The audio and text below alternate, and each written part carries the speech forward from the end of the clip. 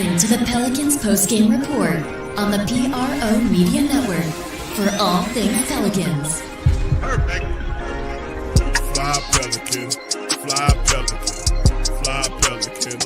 And I tell them that. Fly down, I'm a Pelican forever. Yeah, ain't gon' lie, I feel flyer than I ever been. We stay ballin', this New Orleans, I'm a Pelican. It's going down in the nest, wild, wild west. Come in town and you best show us some respect.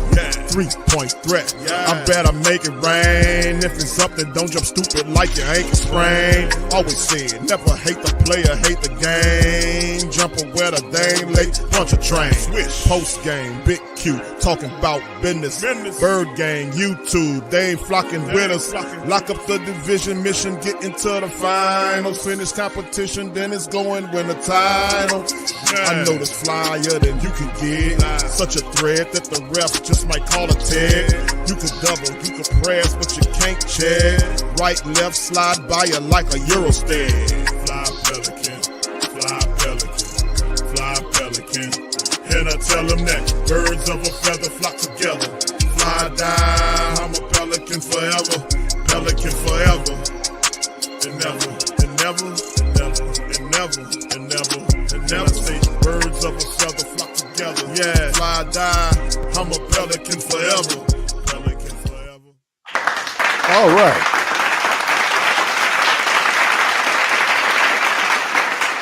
Shout out to the flock, man, for all things Pelicans. You're now tuned into the Pelican postgame report. Much love to the fam. Appreciate y'all for being in this happy. That's right. This is a goddamn happy episode of the Pelican postgame report. Even though the Pelicans have been stinking, we still make it manage to throw some levity. But in this one, man, the Pelicans were able to get a win against Luka Doncic.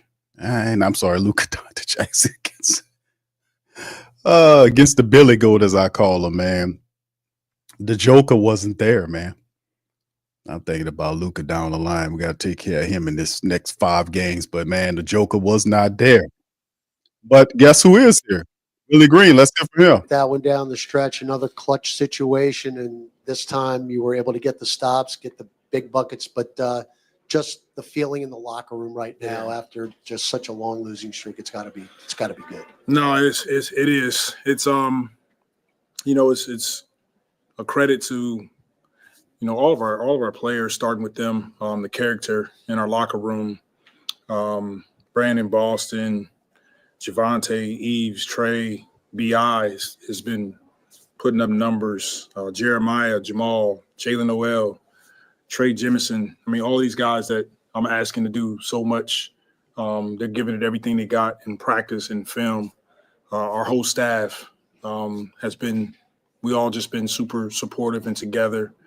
And everybody's working as hard as they can to, go out on the floor and be as good as we can be, but also working to get guys back on the floor. So it was a really good win for us, especially, kind of trying to weather this storm. Well, look, you mentioned all the guys, and it was a team win, but Brandon Ingram knows night after night that he's got to shoulder the load. And, the doubles that he's seeing, and it's really difficult on him physically, and he had to power through it, and he filled up the stat sheet tonight. Yeah, he's been big time for us. Who knows where we would be without him on the floor right now. His contribution night in and night out has been at a super high level. He's seeing double teams, triple teams. They're picking him up full court, trying to wear him down. And he's handling all of this with grace. And he's been super supportive with his teammates. He's minimizing the frustration out there, and he's doing a great job of leading. Yeah, I mean, to that point, what does it say about him that he's in the last year of his deal? This is really not ideal at all, and he's just going out there and being available and trying his best every night. Yeah, I think it speaks to his character, who he is, the work that he puts in, and I'm super proud of the way he's been handling all of this, from the time he started in training camp. He came in and he was playing with force, being pretty dominant in the practices. And now we're getting a chance to see him on the floor with his teammates. Even with a lot of guys out, he still a force on the floor, and then his leadership capabilities with these young guys has been great. Trey Murphy's third game back. What'd you see tonight?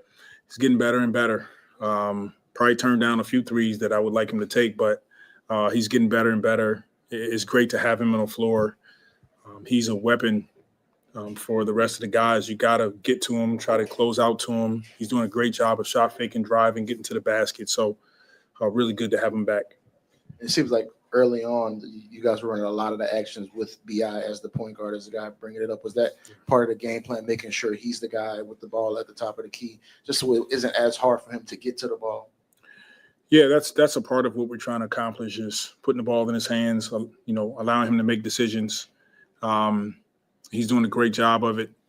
And then we knew that they were going to probably at some point in the game blitz him. So making sure that he pulls the ball, hit the five or the center, whomever's in the game, and then it opens up threes for us. So he's been doing a good job, and we'll continue to try to move him around in different spots to get him good looks.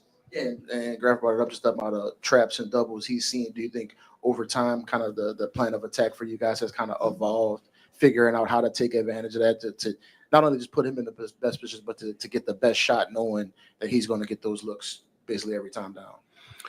Yeah, what it does for us is when they get two on the ball, and beyond, he's 6'9", he can see over the defense. What it does for us is it opens up, quality 3-point opportunities for us or rim. And so we're kind of inviting the double team right now, and he's doing a great job of making the decisions. And then later in the game, we put Jeremiah in because we had a few turnovers with some of our centers, but he did a great job of finding a few guys late. Willie, could you delve a little bit into BI's leadership on the court? Noticing that he seems to be developing a good relationship with Yves Missy. Noticed during a couple of timeouts, he was really talking with him. And they seem to actually establish some chemistry towards once they got into the game a little bit. Yeah, he's been doing great. He's been communicating with his teammates at a super high level. He's engaged in everything that we're trying to accomplish. The beauty in it is that he understands where we are as a team. He understands that these guys, some of these guys wasn't in training camp with us. They haven't had a chance to go through some of our plays. They're young. They're learning on the fly. We're throwing them right in the fire. And it's really good to see him lead this group, but have the patience, even on the floor, to not get super frustrated with some of the mistakes that we make. With a shortage on ball handlers, just how important is it to have really good pace and cuts in the half court, and especially cuts towards the basket off the ball? Well, it's important to get into our sets with force. Our goal is to get the ball across half the court with 20 seconds. Multiple actions. And, it's a collective effort right now with DeJounte out, CJ and Jose. We're relying on BI, BJ Boston, Jalen Noel, Jeremiah. Like, all of our wings can initiate the offense at some point in the game. And to your point about getting those half-court sets at the 20-second mark or so, this year you guys have been slower than last year in terms of getting to those sets. Is that just because teams are taking this opportunity to press you guys a lot because your guys are out? Yeah, it is. Teams are pressuring us. They understand that we're down a few ball handlers, and they're trying to make it difficult for us to get into our actions. Coach, you guys dominated the glass tonight, being very shorthanded. How much of an emphasis has been getting on the boards? Huge emphasis for us, knowing that, we want to get more shots on goal. So that's another way for us to have scoring opportunities, is to crash the offensive glass, see if we can get a layup or another kick-out three. All right, thanks, Coach. All right, thank you. All right, Willie. All right, shout out to y'all for being in the stream, man. Round of applause, man. Hey, man, listen, man, I got my goddamn shades on today, but listen, it ain't because I'm embarrassed to the Pelicans play. It's because, man, it feel cool to win. Y'all know that? It's pretty damn cool to win. So big ups to y'all. Appreciate y'all being in the stream.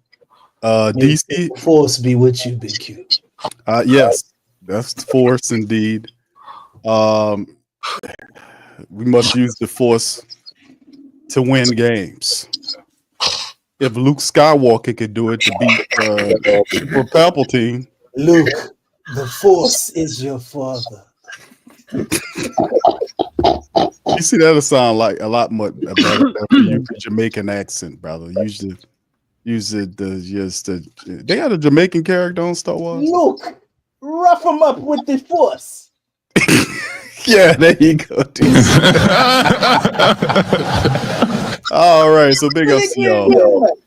All right, we got a bit of an echo. Somebody echoing around here. So see if y'all can kind of get that. Somebody echoing.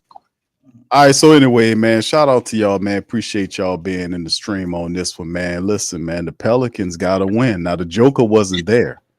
But it wasn't no joke.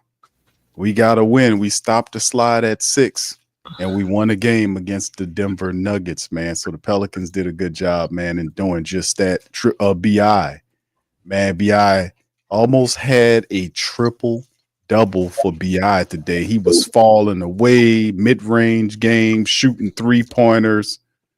He was there. So big ups to. Almost like he heard the insults from last game, right? He heard something. Something got him going. 6 shots. Something got his ass going.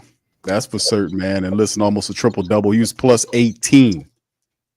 Pels, so that's the name of it. Ingram-led Pels stop slide to beat the Nuggets 101-94, man. We're going to hit the stats momentarily, but first a little game action breakdown from my illustrious co-hosts, the international traveling DC, and Lex, the very talented Lex. Shout out to y'all for being in the stream, and big ups and salute to the faithful, man, as well. So Lex, we're going to go start with you.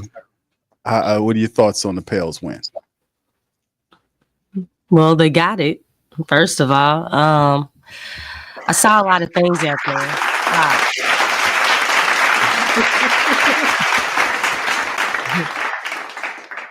Clap with force, Lex. How dare you? Nah, I'm not. I'm still not with the force. You know, you ain't gonna clap with force. No, I need the consistency first before we get into all that. But yeah, saw a lot of things out there. They did very well on the glass. I mean, obviously, Jokic did not play. We didn't know that. Nor was Mike Malone. He wasn't there either. I take it. Yeah. I mean, you take the wins that you can get, and the Pelicans definitely needed this win, huh? So we need a little luck at some point. Yeah, that's what I'm saying. And you know, I said the last time, like, you know, if the opponent team miraculously, you know, a lot of the team gets sick, or they're out, or you know, for whatever reason, and yeah, hey, they supposed to win this game when they have their, especially everything about their offense is, you know, basically surrounded by Jokic. You know, he's the nuclei of the team, so that's definitely different for them because I mean he is the offense. He makes everything go. But you know, I'm glad that the Pelicans got the win. This is a win that they needed. This is a win that they needed to have. Okay, so you know they got this win. There was still some inconsistencies out there where the ball was staying still. And then they had more segments where there was ball movement and player movement. And that's how this team can win. You got to have energy, ball movement, player movement. You know, because obviously the ball sticking and like Brandon having the ball and everybody standing around. And you saw that on tonight. You did see it during some parts of the game when the Nuggets were catching up. You know, they were closing the gap because they were in the game the whole time. The Nuggets were. So, I mean, as a, you know, away team, that's your goal anyway, is to keep the game close. That was a concern throughout because I was like, okay, they just keeping it close the whole time. They're keeping it close. And at some point in time, it's like, you know, things are going to start picking up. But they did weather the storm. So that was really good. But they also went back to when there was that standstill, they did go back to ball movement and player movement. And, you know, when that ball's moving and everybody's getting touches on that basketball, great things happen. That's the hardest thing to guard. So they did well. They didn't go revert back to their bad habits. Well, they did, but they didn't stay with the bad habits for too long. I'll say that. They didn't do that for too long. They did come back to, hey, ball movement, player movement. The ball has to move. Guys have to move. Now, they still did get a lot of layups. I'm not pleased with that. They still got a lot of layups, like just flat out easy shots. But they did just enough. They did just enough to get the win. So Let me ask you this, Lex, before DC chimes in. Quickly, what are your grades on 3 items? I want to know. We talk about energy. We talk about because that's a big thing. Energy. What was IQ and hustle? I guess energy and hustle is the same. But what are your thoughts on the energy and hustle aspect? If you want to give it a grade A, B, C, or D, what would you give the Pelicans' energy, hustle game, and also IQ? That's a separate one tonight.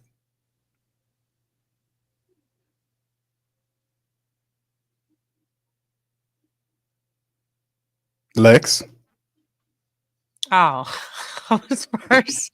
She glitched out, yo. Lex glitching. Nah, What he said? I was actually.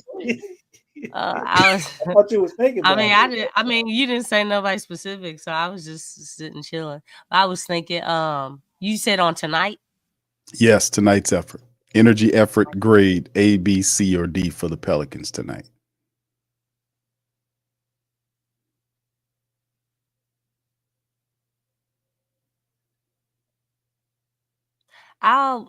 It's between maybe a B minus, C plus. Okay. How about same grade system, IQ, basketball IQ for tonight?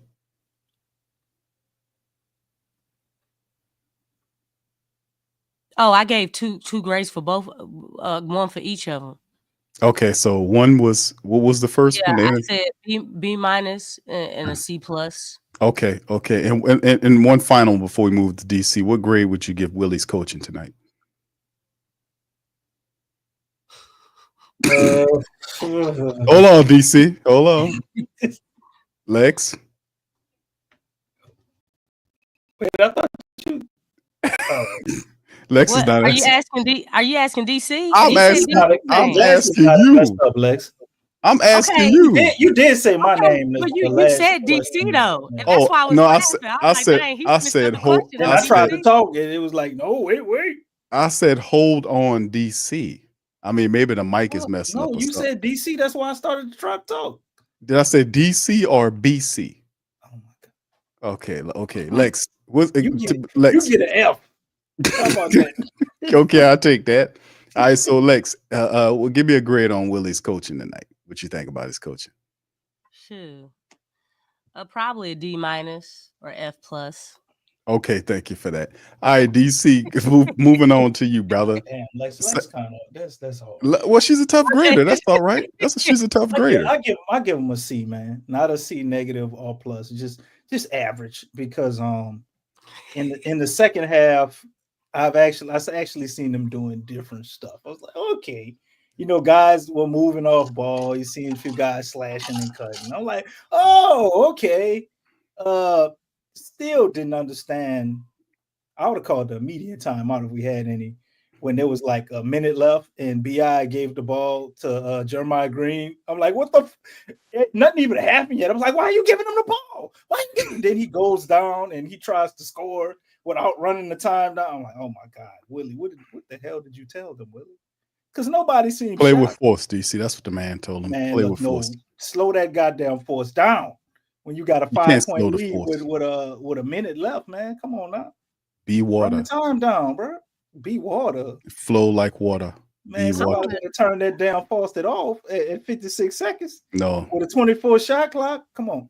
But other than that, I've seen a lot of things, to like. They actually, guess what?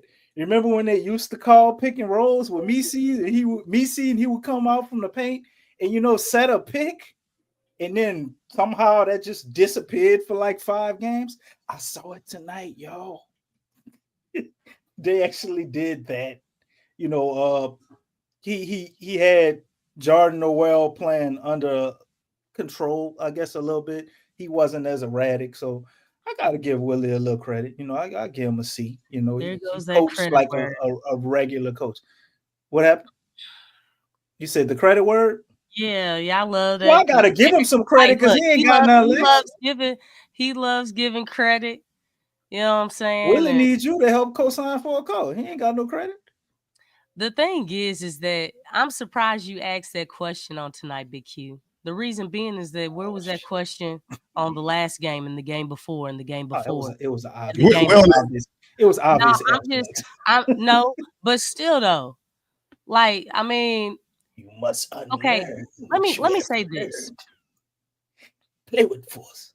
Obviously, if you win the game, everybody has, great things to say. But the thing is that yes, we won this game. Are we going to see this and better and more on the next Hell one? no. well, Hell stay no. tuned for the next But- episode of. because the thing is, we know what the team can do, and I like to be.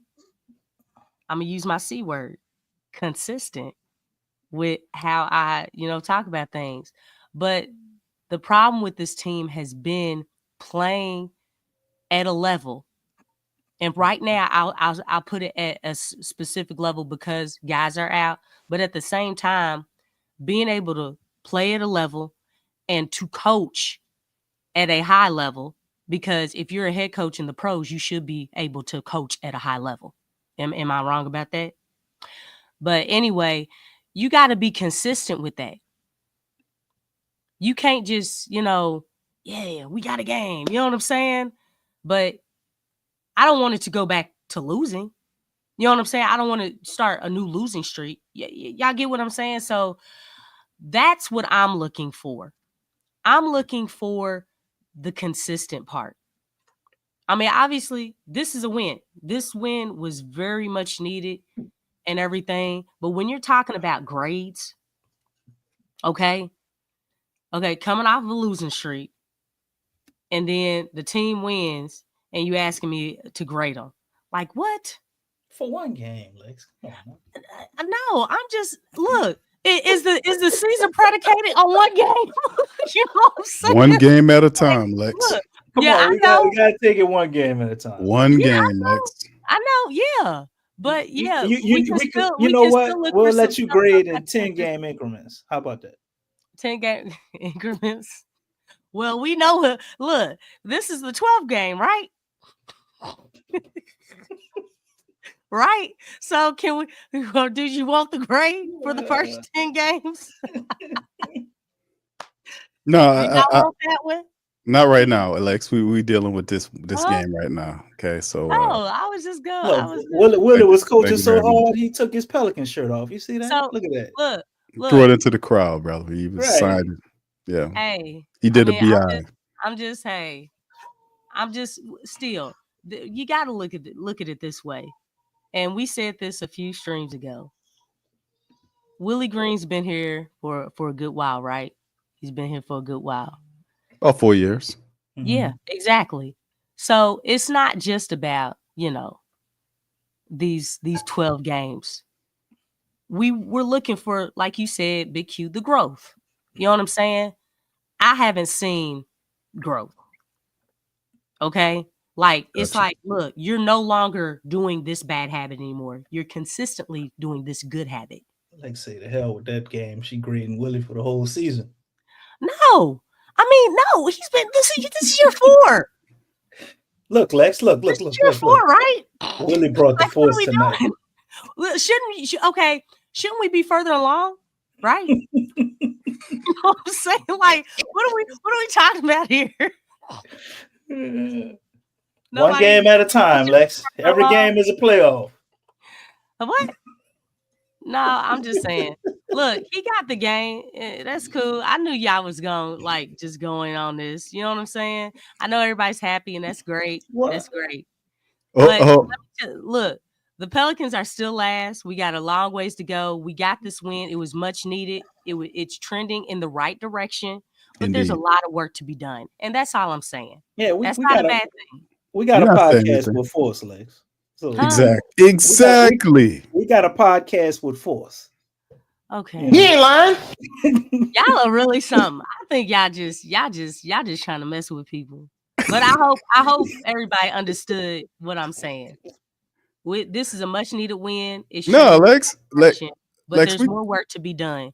And Lex, really, you ain't saying nothing wrong. You saying I don't even think the grading thing is. I don't even think that. Damn, so he can't get a grade for a game?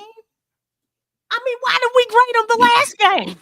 You know what I'm saying? Where were the grading systems in the other game?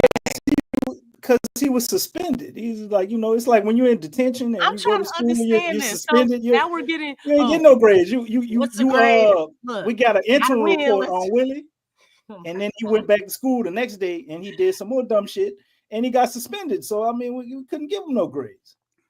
And he might as well not even been there. all we wasn't no doing? coaching going on. All we doing, Lex, is podding with Great. force. That's all. That's all we doing. We just know podding what? with force. Y'all need Okay. y'all swords and stuff.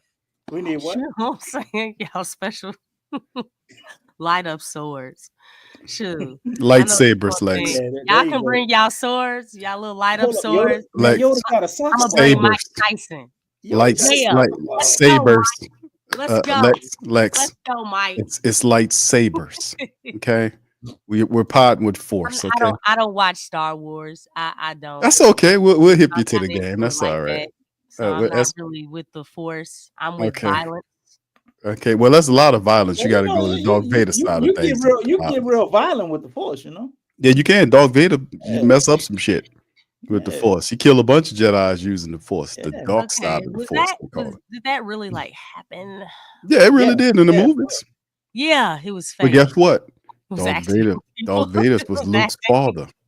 You know what I'm saying? Now, see, I won't spoil it for Lex because she ain't never Yeah, watched any of the movies. She wouldn't know that tidbit. The only Star Willie's Wars an obvious that Star I Wars could fan. stand to watch was the Return of the Jedi, and that's it.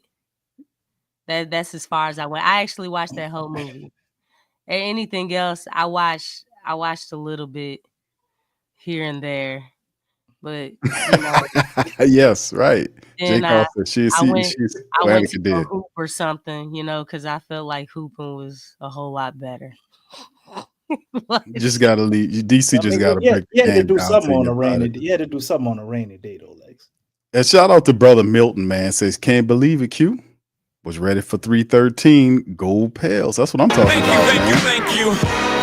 Fuck too kind. We better celebrate these shits because in the next several games we might not get up. Brother. Just change it to 4 and 12. Great tough win, says Mike. Thank you, Mike. Appreciate y'all. Thank you. We got it, man. Yeah, and like I was saying, man, we getting these dubs, man. We got to keep pushing, man. I don't feel too excited though, man. I mean, we scored 101 points, bro. I mean, we did hold them to 94. We scored 101 points, man. Like, unless I got a time machine, like if this was like maybe 2009, that was like kind of that last little era, for Katie and them came in. About 2009, or so, 8. I might have felt good about this, Q.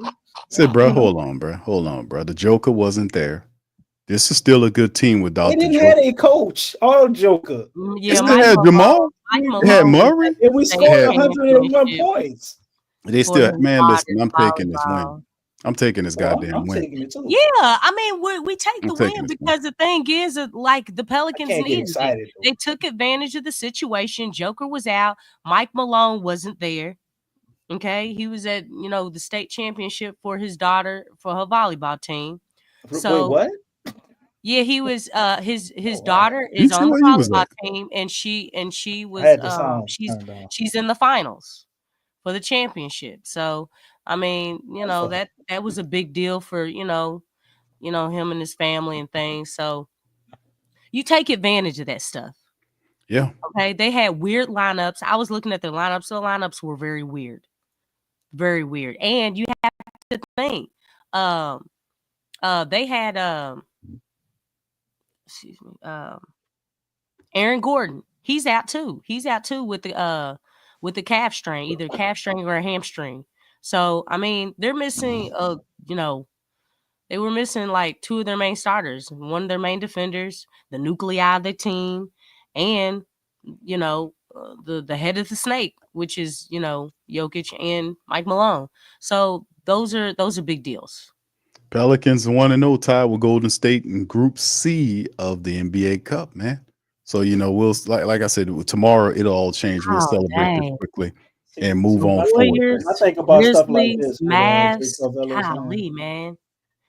They I be think putting the Pelicans in the hardest groups.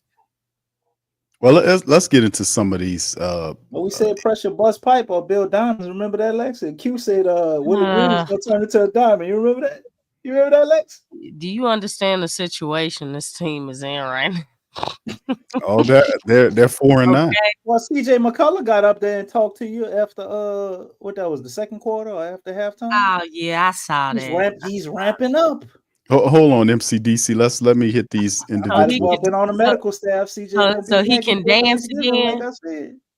Yeah. Well, I mean, his points will be needed. That's a 20-point score right there. We could use that. His defense ain't worth the crap, but that 20 points will help. And like I said, we dealing with the back of the backups as a point guard, but I think at least in some of those dry minutes, man, that'll definitely help. They take a little scoring pressure off of BI. Help a lot. Mm-hmm. And Trey's there. Trey's starting to kind of get his rhythm back. So, I mean, another shooter on the floor would definitely help. Brandon Boston proves he can come back after He was offensively. Yeah, the last couple of games he was off offensively. But he's still, he stepped back into his role. And see, that's the thing. Early on, we suffering these losses, but boy, are we developing the hell out of Yves Missi. We found Brandon Boston. 12 rebounds tonight, Q. I know. He's got double-digit rebounds his last 3 games. I'm really liking this, man. Remind me to come back to talking about Yves after I do the stat breakdown, because I got a question I want to draw out to the flock and you guys about Yves. So let me bring him back. Dyson Daniels put up 25 points again tonight. So everybody can continue their agenda about him being better than DeJounte Murray. We go keep hearing It's that. crazy, man. Just crazy crap that people do. Hey, How you gonna make an unfair ass he got 6+ steals again. Yeah, but man, listen, man. It's Murray. Murray is hurt right now, so it's not a very fair comparison to do. Because I'm pretty sure if Murray was healthy, we will look a little differently. A lot differently. I mean, people they arguing for him to be the defensive player of the year. All right, if Dyson Daniels wins the defensive player of the year, I mean, it's the beginning of the season. Through 13 games. Oh, you defensive player, yeah. And then when next month when the man started to struggle, they're gonna start shitting on him. A slump, right? Yeah, they're gonna start shitting on him. That's just what people be doing, man. He still can't dribble. So, but hold on, MCDC, man. Let me go ahead on and hit these team stats, and then we'll go individual, brother, and then I'll turn the floor over to you guys, man.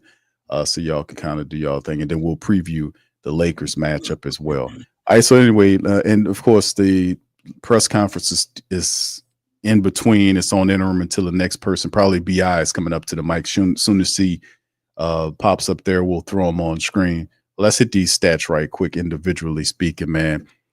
For the Pels tonight, man, and we had some positive stuff that happened, man. But let's kind of delve into it. Pelicans tonight, 11 of 35, man, from downtown for 31%. Shooting the ball from the field perspective, they were 37 of 87 for 42.5%. The Nuggets 37 of 87 for the same amount. Nuggets hit 10 3-pointers off of 37 attempts from 27 flat. The Pelicans hit one more. 11 of 35. Pelicans was 16 of 18 from the foul line for 89%. The Nuggets only got 11 attempts, and they hit 10 of 11 for almost 91%. The Pelicans, 56 rebounds tonight, 17 offensive board for our Pels tonight. So they put in that work on the boards. Assist effect, baby. Nuggets 26-21 on the assist steals. Nuggets 10-4. Pels 5-1 on the blocks. Pels had 15 turnovers tonight versus single digits by the Nuggets. 12 points off their 8. Pels had 19 off their 15. Gave up 19 off their 15 turnovers. Fast break points. Pels lost 16-15.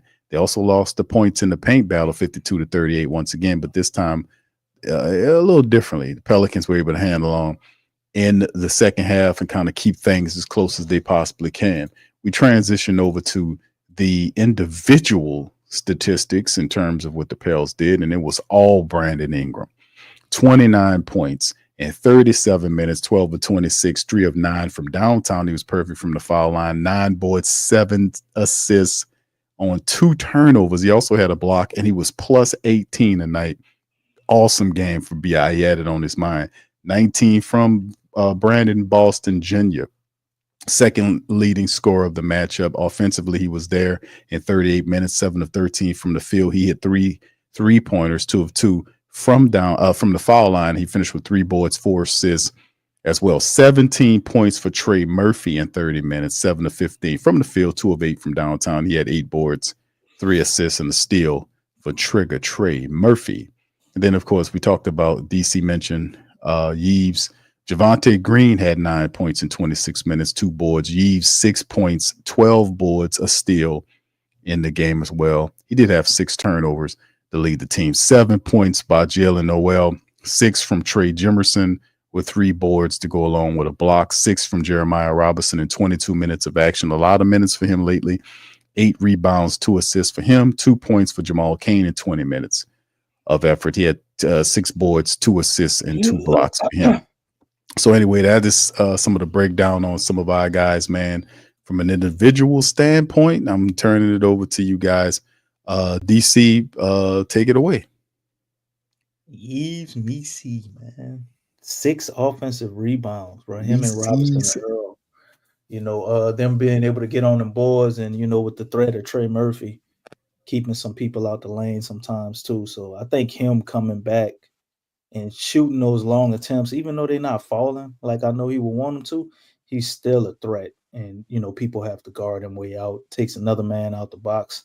It's helping us with our rebounding woes, as you can see. But that was a very big part of the game. And, you know, none other than Brandon Ingram, man. He put together a spectacular performance. To drop 29 points and you basically only get to the free throw line once, like that's a pretty good performance, man. 9 rebounds, 7 assists, 2 turnovers. Would have loved to see this game against the Thunder. This is what I thought I would see. Didn't think we would win, but I thought Brandon Ingram would go out and show out against the Thunder. Nonetheless, he put it together tonight. You know, against a national audience, we get a win, which is almost like you know, it's very rare occurrence for us, man. It's almost unbelievable when we play a national audience and we win. But you know, they were without Joker and a coach. Can't get too crazy high on this. But Yves, though, man, if he wouldn't have had those 6 turnovers, I think he would have been able to turn some of those possessions into even more points. But 12 rebounds, you know, leading the team in rebounds. Next BI, next Trey Murphy. So you got him leading the charge and your 2 best players behind him doing their thing. And absolutely love what I saw from Brandon Boston. We wouldn't have been able to win this game without him either. You know, just very consistent, 7 for 13. You know what I'm saying? He got 3 rebounds, 4 assists, still, you know, cut down on them turnovers. Even when he got the pressure, you know he's going to see that pressure again like he saw against the Thunder, even though, you know, it's Denver. It's not the same caliber of defensive players, but to see him come, not really turn the ball over, still be able to execute the offense, running point guard in some sets and handling business, man. 19 points. So, you know, these guys right here, Big 4, whatever you want to call them now, our 4 best players, in my opinion.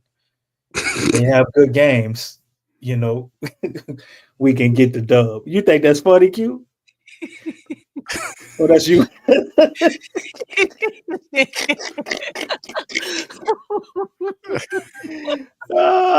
Boy, you got a new music video out too. You like look like a little pastor in church with a perm and everything. That was kind of hard. Bow down. When you come to your town, bow down. When you wait, right, Other hand. bow down. Other And hand. Smooth King was getting the dub. Bow down. Oh, goodness.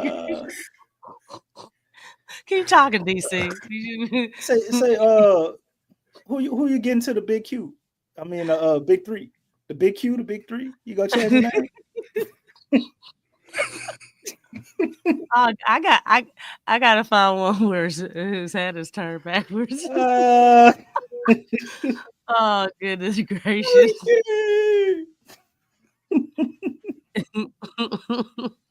All right, DC, you finish breaking it down, brother. You Yeah, I finish ain't got nothing else, man. I can't get too high on this. Lex gonna take it away. Man, you Hey, Lex, crazy, you can man. only say some good stuff this time. Say some good stuff, Lex. Man, you crazy, man. You buster. Y'all need to stop thinking that I be saying bad stuff. Your perception is wrong. Yeah, tell them, Lex. No, I'm just saying, just highlight some good stuff. DC acting like a buster. Yeah, I did highlight some good stuff even before. Like, hey man, they killed on the boards. That was beautiful. You know what I'm saying? I think it was definitely collective. And that really gave us the possessions that the team needed in order to get the win. So, I mean, that was a bright spot right there. Brandon didn't do the deja vu thing where he scored most of his points in the first half, and just had maybe 2 or 3 points in the second half. He was How'd you think, even. Lex? How you think that you handled when they tried to double him in the second half? He kind of passed out of it. The Pelicans kind of circulated the ball better. They started in the first half. To be honest, you can tell that it's not first name. It's still new to him. He was successful on passing out of it, but he did have some turnovers. So, I mean, Yeah, 2 of them. I mean, well, they were either deflected, but they were ambushing him. I know sometimes when his back was turned, they would kind of ambush him from behind. But definitely, it seems like he's trying to work on that. As far as just working out those double teams, not doing too much. Still some not so great habits, but you could tell that he was trying to do a much better job passing the ball out. Because I think he did have moments where he was trying to go to hero ball, but once the ball made it back to Boston's hands, the ball started moving, and then they basically had him off ball, and it worked. I think, that's why I was saying, like, you saw moments where the ball was sticking and then, it went back to ball movement and player movement. Like, for so many guys being out, you just have to have that. Everybody has to be involved, because if not, we're going to see the same thing every single night. First half, it's going to be close. And then second half, again, and they actually started at the end of the second quarter on doubling Brandon. So all right, it's just a second, Lex. We're gonna get you back to full. Let's know Trey Murphy what he had to say post game. Here we go. Back, after that layoff for you. A lot better. Yeah, I definitely felt like it was a lot better today. I mean, I knew when I woke up this morning, I felt a lot better than I had, previously. Biggest thing is just getting back to the swing of things, being able to play again. Like I haven't played since May, if we're being completely transparent. So it's gonna take a little bit of time. Yeah, and you've seen Brandon play a lot these past few years. What did you think about the way he controlled, every part of the game tonight? Ingram, right? Yes. Okay, cool. Yeah. You said Brandon, so yeah, we have 2 of them. Just BI doing BI things. I'm not even surprised at this point. I know he's gonna get to his spot. He's gonna shoot, and it's just muscle memory for him. Like I said to many people before, like if I was able to, get to a spot and literally nobody could block it and shoot like that, I'd probably be worse than him. I'd probably take a lot more of those shots. So, kudos to him for also sharing the wealth. I got to ask you about Boston now. There you go. Yeah. What has he given you guys these past few weeks here? I mean, he's been great. I mean, I've been a fan of his game since he was like in high school. He's just so fluid and also tall guard, can score the ball. I just remember him when he was with the Clippers and when he was with the G League team, he was hooping. There was games where he had 30, 40 points. And I vividly remember we played against them in LA. He had scored like 36 points or whatever, and then came and played in the Clippers game. I think we got in late, like at the same time. I think I got in with like 1 minute left. He got in 1 minute left, and I was just like, yo, bro, like keep hooping. And it was crazy, full circle moment now seeing him here and just, seeing all the work that's paid off for him, really show up on the court. Yeah, I mean, obviously they had no Jokic, but holding them to 94 points. What was the key for y'all defensively tonight? Game plan discipline, talking. That's the biggest thing. I mean, a lot of guys that are on the court right now, we haven't played with each other, so we have to really talk. Like, when you have guys that you've played with, there's sometimes you don't really have to say anything. It's just like what the other person's going to do. So now it's like, all right, we have to really overemphasize communicating on the court since, we haven't really played with all these guys before. And it was 0 fast break points against OKC. I didn't see what the final number was tonight, but how important is it just with all of these new guys on the court to play with some pace, get easier shots early in the shot clock? Yeah, it's super important. We're young athletes, and getting out in transition is something that we can do at a really high level just because of our activity on defense as well as just being athletic, scoring the ball. And so that was definitely a point of emphasis for us this game was to get out in transition and get points there so we just don't have to fight against a set defense every time. Are you finding that teams are guarding you with more attention just because you're got a lot of guys that are out and you're one of the more focal point players right now? Yeah, I mean, but I also felt like last year too, I was getting face guarded a few games, so I think it's different because I probably had the ball in my hand a lot more than I did last year, especially at this time, and it's been a good learning experience as well as a lot of game reps that I've been able to use with film and be able to see where I can get better at. When you have the ball in your hand, what is your general thought process of what you're trying to achieve? Can I shoot? Can I drive? And then what's the next play after that?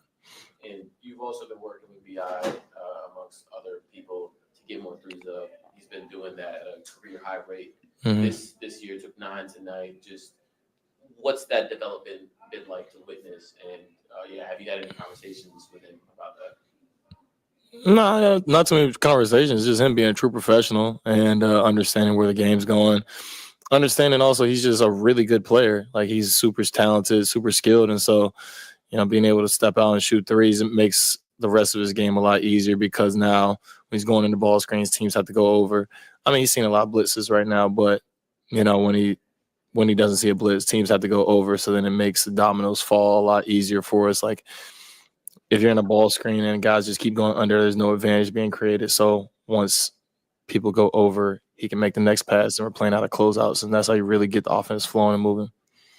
Drew, how do you feel physically, like especially in terms of stamina? Because you mentioned you hadn't really been playing game action since May. You feel like it'll be a couple more games before you feel like you can go out there, 40 minutes, however many minutes you need from coach without, really feeling the effects? 40 is that's a lot. I mean, obviously, like, when it's supposed to be that time for me to play 40, I'll be ready. Like, I'm still going to play, like, the best of my ability. I think I'm still close. Like, I'm not there yet wind-wise, but I'm really close. So I'm just ready for that day. And all I can really do is just play and keep playing hard in order to really get back to that tip-top shape. What other parts of your game are you still looking maybe that aren't up to par yet, like the way you would want it to be? Like, for instance, it seemed like your playmaking was a little more, looked more comfortable out there tonight. Yeah, I mean, I think it's just a part of my game. I try to make the right play and be aggressive. I think that's really just the biggest thing. I've always wanted just to make plays, make the right play, and I think it opens up the rest of your game whenever you're able to play make. During your rookie year, when y'all had the long losing streak, y'all talked a lot about, Willie and his attitude and how that kind of helped y'all during that time. During this stretch where y'all have been missing, so many guys, what have you kind of seen from him and just the way he's moving on a daily basis, trying to keep y'all up, when it feels like a lot's piling up on y'all right now? Same mentality has been for the past 3 years now. Just been the same locker room, same vibe in practice. We're not going to act like it's doomsday after every single loss. Like, It's NBA, you play 82 games. You're going to go through patches of losses, especially when you're losing, when you don't have 6 of your rotation guys. Like, that's just the bottom line. We're not making excuses, but we understand the reality. And so we're going to continue to go out there and play hard with whoever's out there and, do our thing. Appreciate it.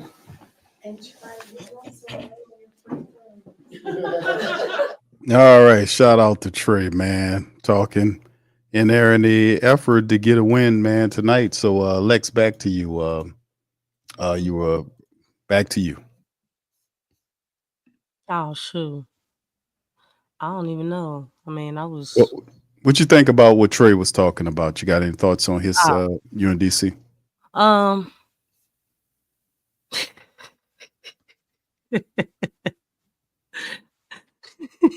Turn to the side.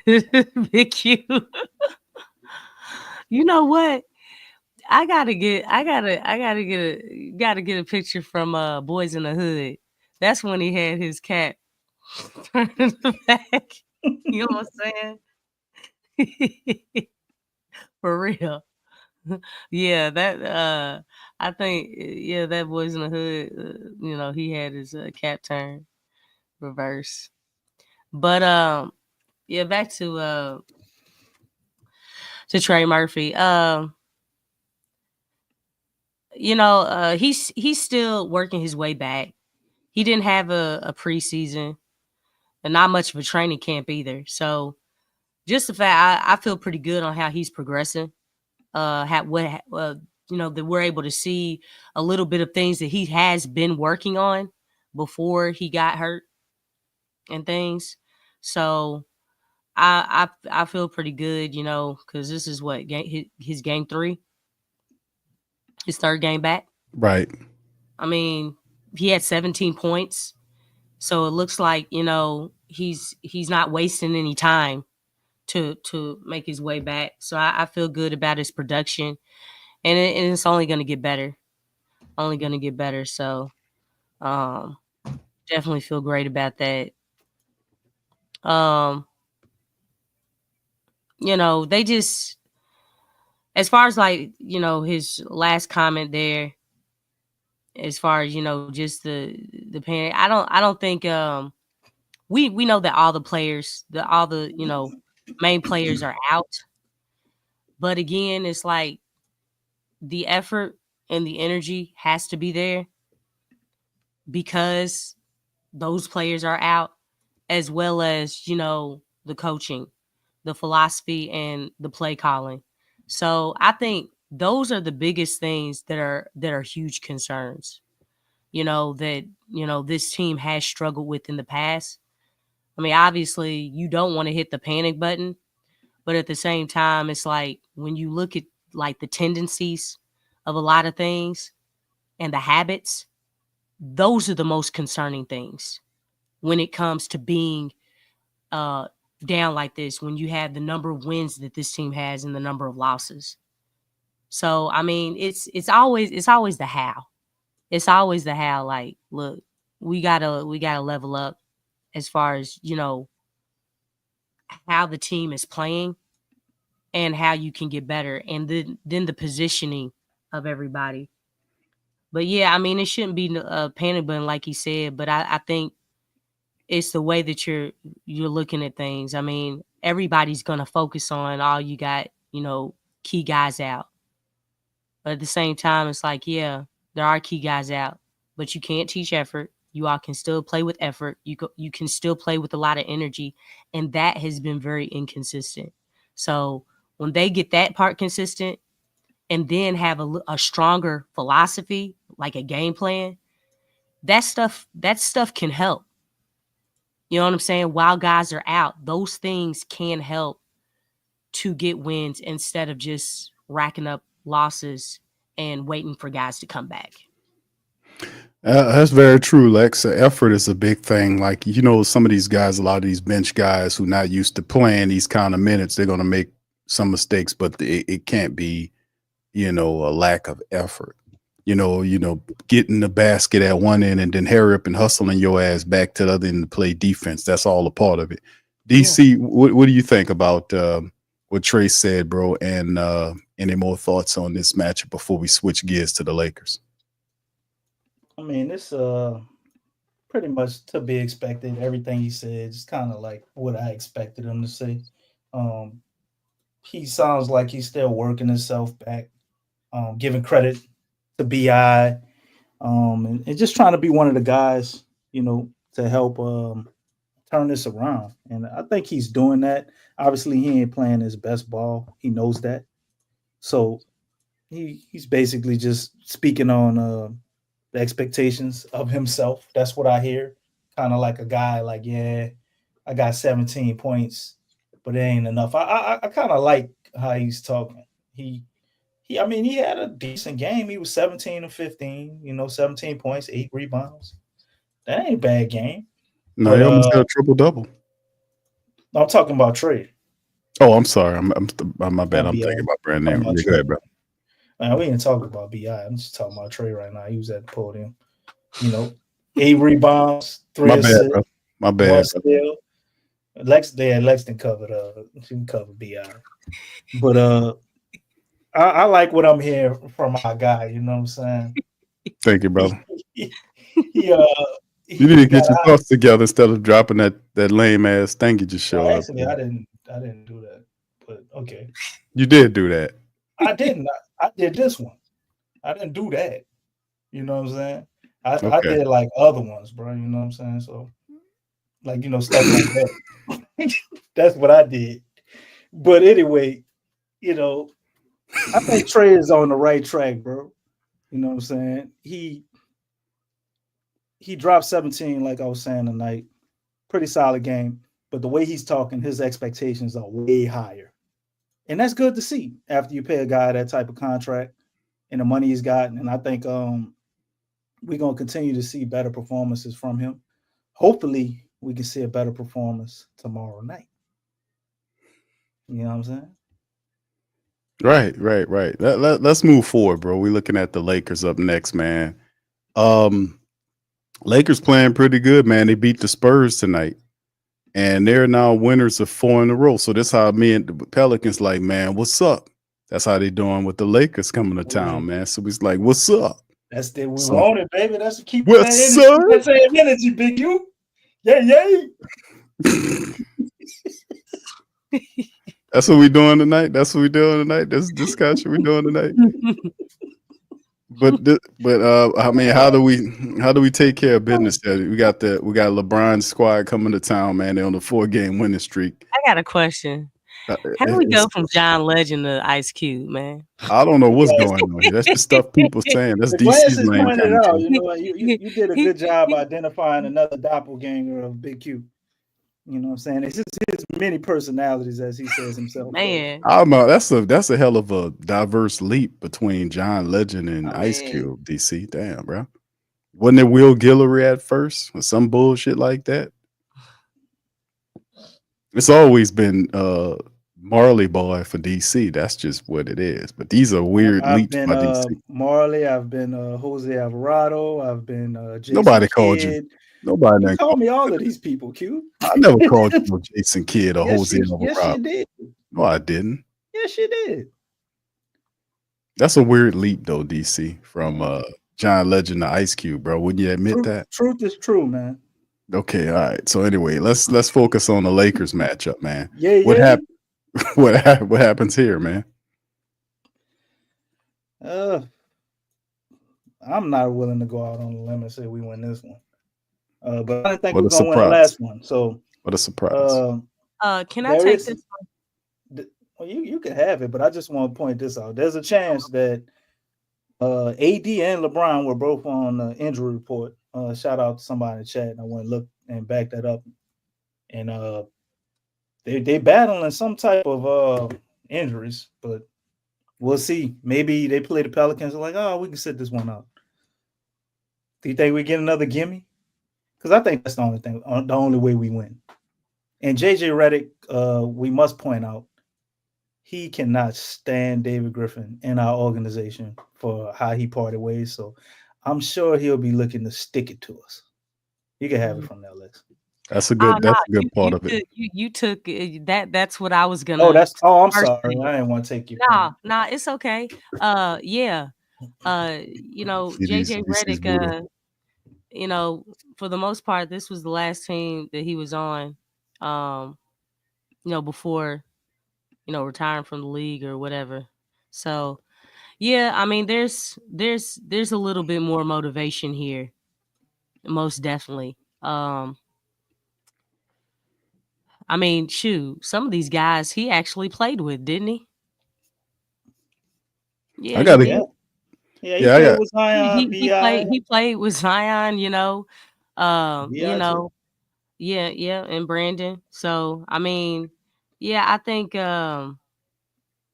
this is gonna be interesting. I mean, obviously by because Zion's not gonna be playing, but by Brandon playing, I mean, he's definitely gonna. I'm pretty sure he remembers, a few things, just about his game and stuff like that. But I think for him, this may be there may be some personal things, going on, but at the same time, the bigger picture is the Lakers. It's the Lakers. It's the Lakers. AD played for this organization as well.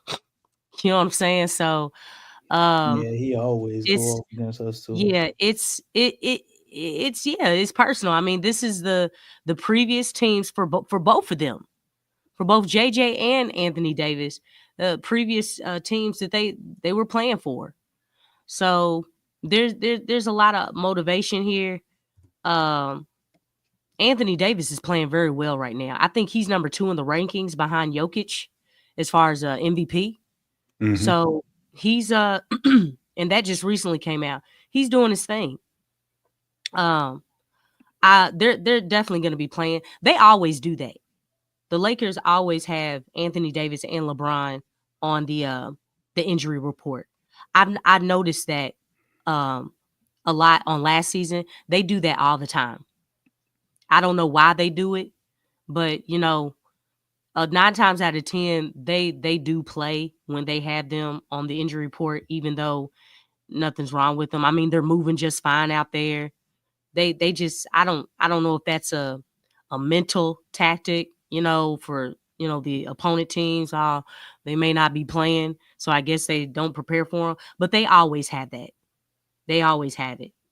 And I've actually checked on ESPN on a daily basis, just looking at stuff like who would play and all that stuff. And for some reason, they just always do that. So I really do believe they're gonna play.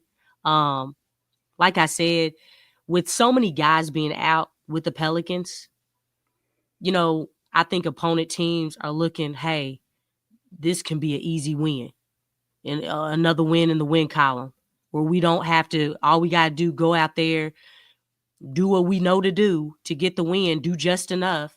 Because I feel like a lot of teams, I think Atlanta did that. I feel like Portland did that, because they had their teams available. Boston, they did, or not Boston, the Brooklyn, they did it. You know, because they're not playing the same like they play against other teams. So there's definitely a difference. When you see a lot of guys that are out on a team, you play different. That like guys will any guy in the NBA will tell you that. They just naturally play different. I think in a sense, when the Pelicans played the Warriors, Steph wasn't out there, Wiggins wasn't out there, Melton wasn't out there. They had a lot of guys out.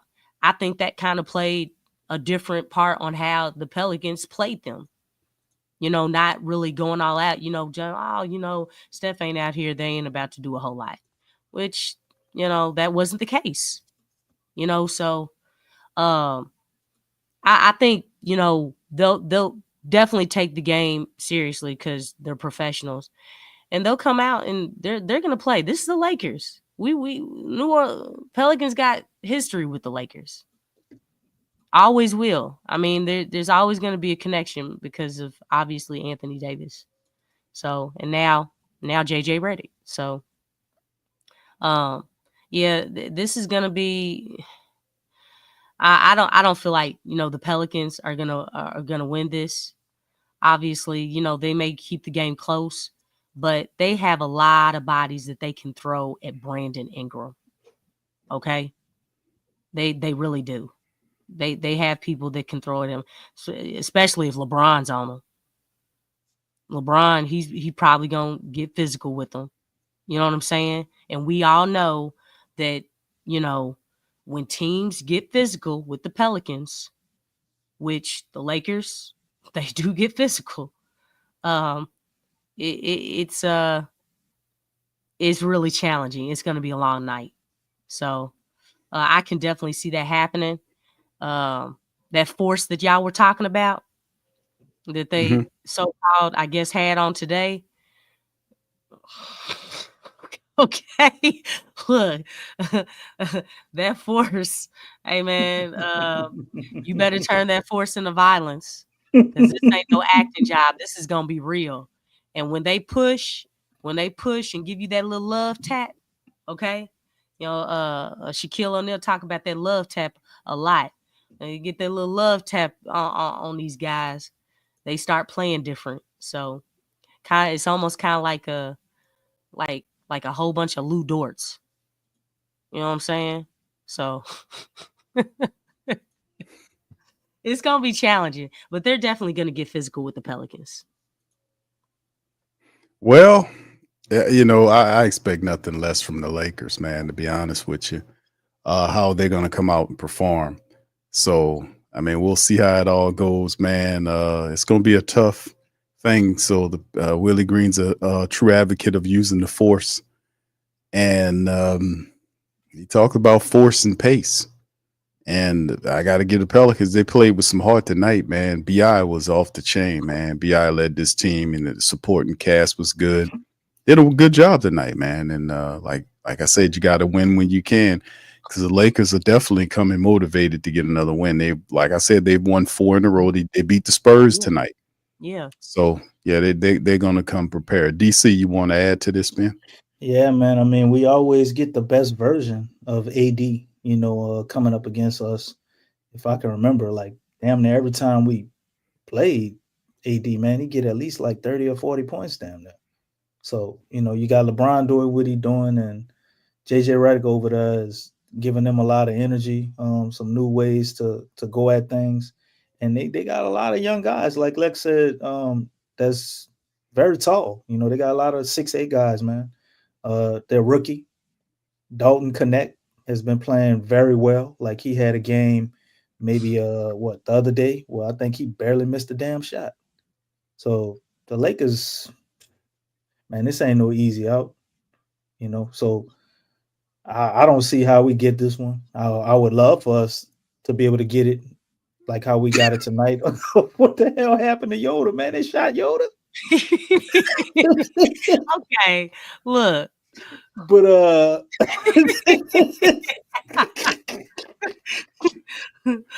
and they shot my brother. You know what I'm saying? That's where homie was in the car pointing the shotgun out the car. Ricky! Like, what you want to do? What you want to do? But anyway, man, that's how the Pels looking right now. You know what I'm saying? Just like Big Q mean, bro. Bring it, because what do we have to lose? You know, that's the type of energy I want to see them play with. You know what? You know, just go out there, give it all, leave it all out there, man. Right. They I don't want to not lose by 44. They better not lose by 44. Don't do that. I'm telling you, these dudes they smell barbecue chicken. And let me tell you something else. JJ be he be having game plans. That dude be working on that clipboard, boy. I ain't gonna lie, he definitely be handling his business. And let me tell you something. He does more work on that clipboard than Willie does in 10 games. He was at the gas station. I gotta give it to Reddit, man. Working on his clipboard. I gotta give it to Reddit, man. He knows the game, man. Yeah, he does. Gotta give it to him. That's why the man knows the game, bro. I gotta give a man that. He knows what he's doing. He's definitely an X and O's guy, and he has a game plan. He does have a game plan. And I've seen the games, And I'm looking and I'm like, okay. I'm looking at his plays too. I'm like, that was, oh my gosh. Like, okay, I can use that in my stuff. You know what I'm saying? Like the dude has some nice plays. And they like the options that the plays give are just ridiculous.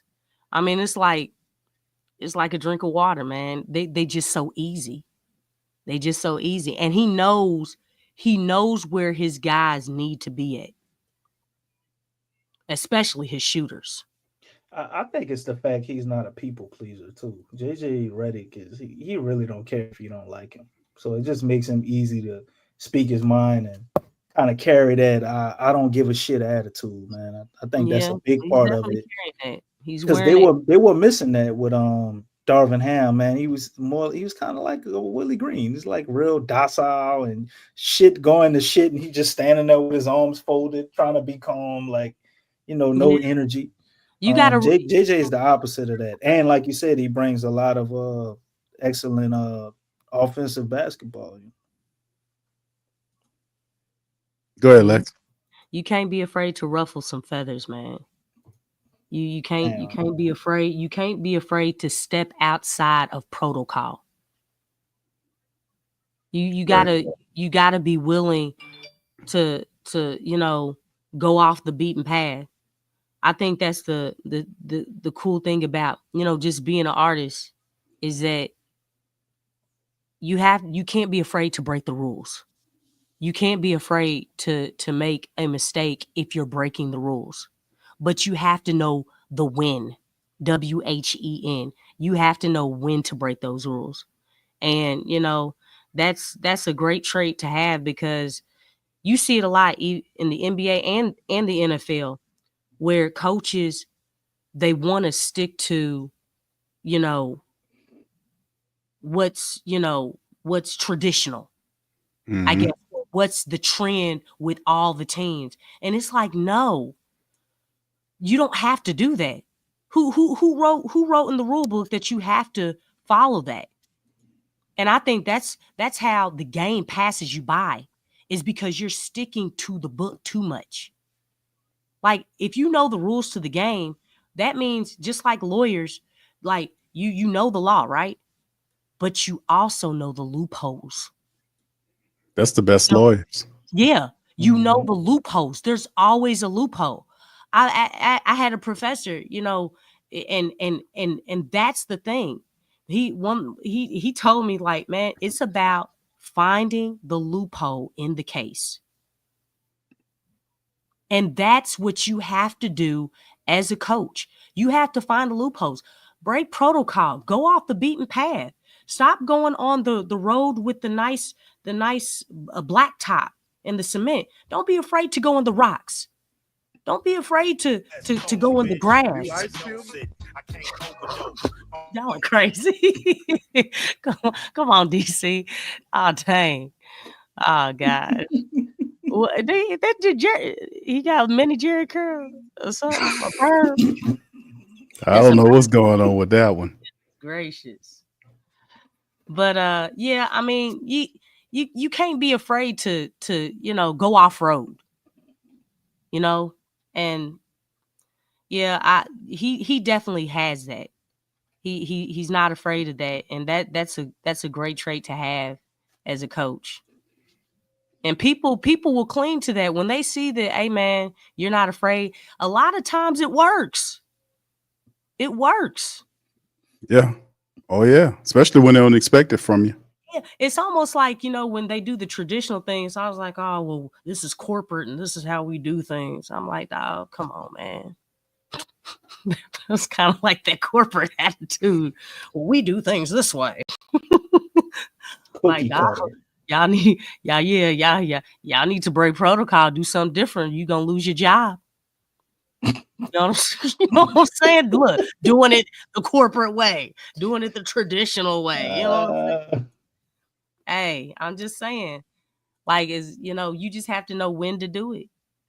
So we always talk about with Willie Green, his creativity, right?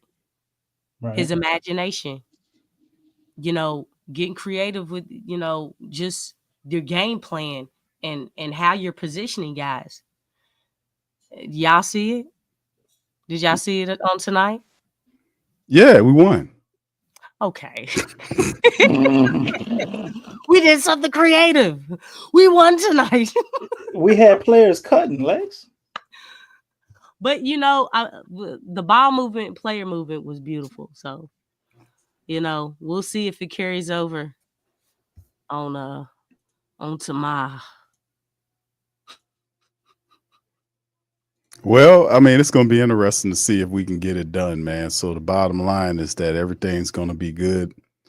Good challenge. So I mean, we just got to keep winning. Now tomorrow's not a what you call it a matchup with for the NBA Cup. It's just a regular season game. Pelicans are now 4-9. They're 3-4. They have an opportunity to get a win against the Lakers, and that should be motivation enough for them to come out and see what they can do, man. That's what I would say. Just do what you got to do. Go out there and play hard, play smart, and see how the chips may fall. The Lakers might have an off night. You never know. That's why they play these games, man. So we'll see how it all goes, man. The Pelicans, man, just have this some kind of way, because like right between now and when some of these guys start making it back, man, the Pelicans, they got to step up and play, man. Bottom line, they got to win some games between now and then, so that when some of our big guns come back, man, they don't be that far off in the hole. So that's what it comes down to. That's why I'm really happy that we got a win tonight to stop that 6-game losing streak, because it could have got real ugly, man. So just imagine the show how it would have looked, with the team and in a situation with a loss. That would have been really ugly. But anyway, big ups to you, fam. Appreciate y'all being in the stream. Please feel free to hit the like button. Like I said, tomorrow's matchup is tomorrow, Saturday night at 7 p.m. Central Time.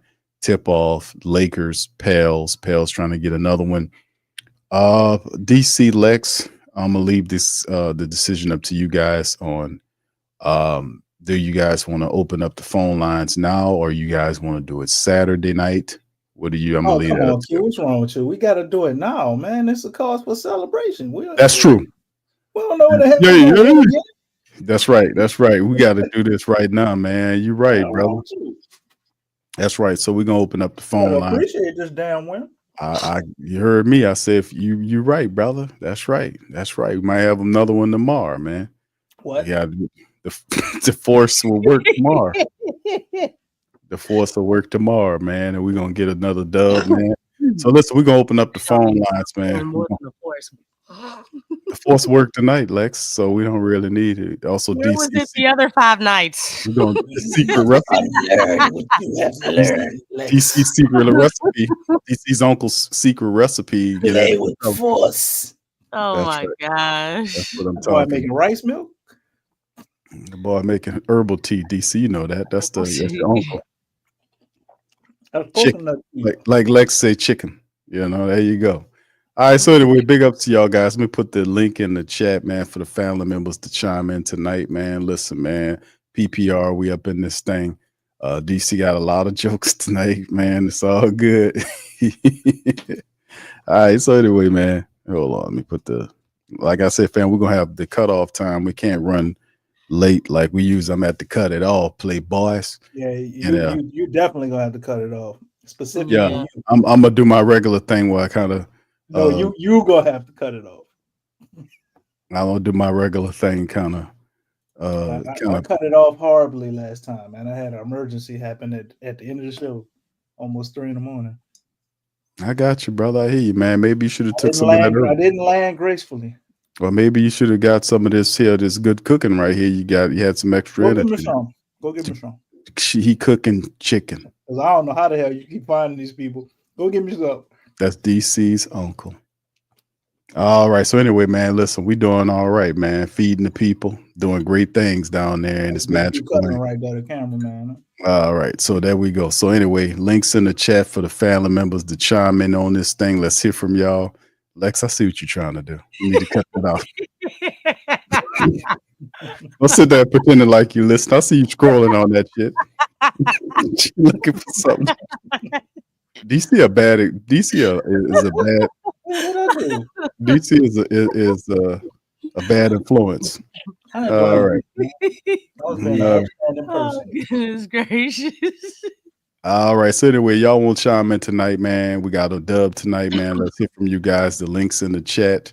Please feel free to Lex. I see you scrolling, Lex.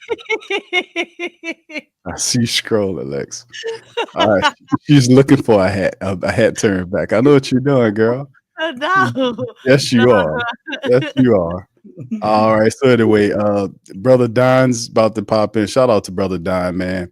And the rest of the fam, man, y'all can pop in here, man, and welcome on in. Y'all do me a service, hit the like button. We'll go up to 12 o'clock. So all the faithful, jump in there right now, man, because we got to cut off at 12. The Jake Paul and Mike Tyson is about to get going in a little bit. I just seen Katie beat your girl. So that was one as well. So anyway, big ups, guys, here, DC.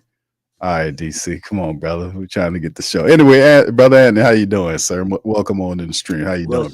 What's up, fam? Shout out to you, my brother. Welcome on in. How you doing tonight? Man, I'm doing okay. Real Good. neutral for real. Ain't nothing to be excited about or nothing to be too down on. Normal day. Normal day. Why you doing that, Don? It's not a normal day. When the last time the Pelicans won? Hey man, I feel like we took a loss tonight. Damn. Yeah. Explain.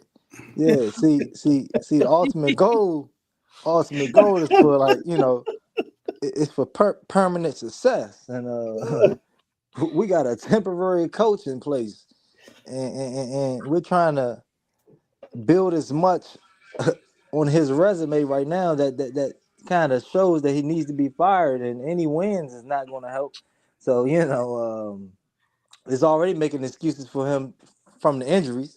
So any wins it's not going to help the case for him being let go. So that's why. Either way it go, man. There's no way Willie Green survives another year. Like it's just a matter of when. Yeah, man.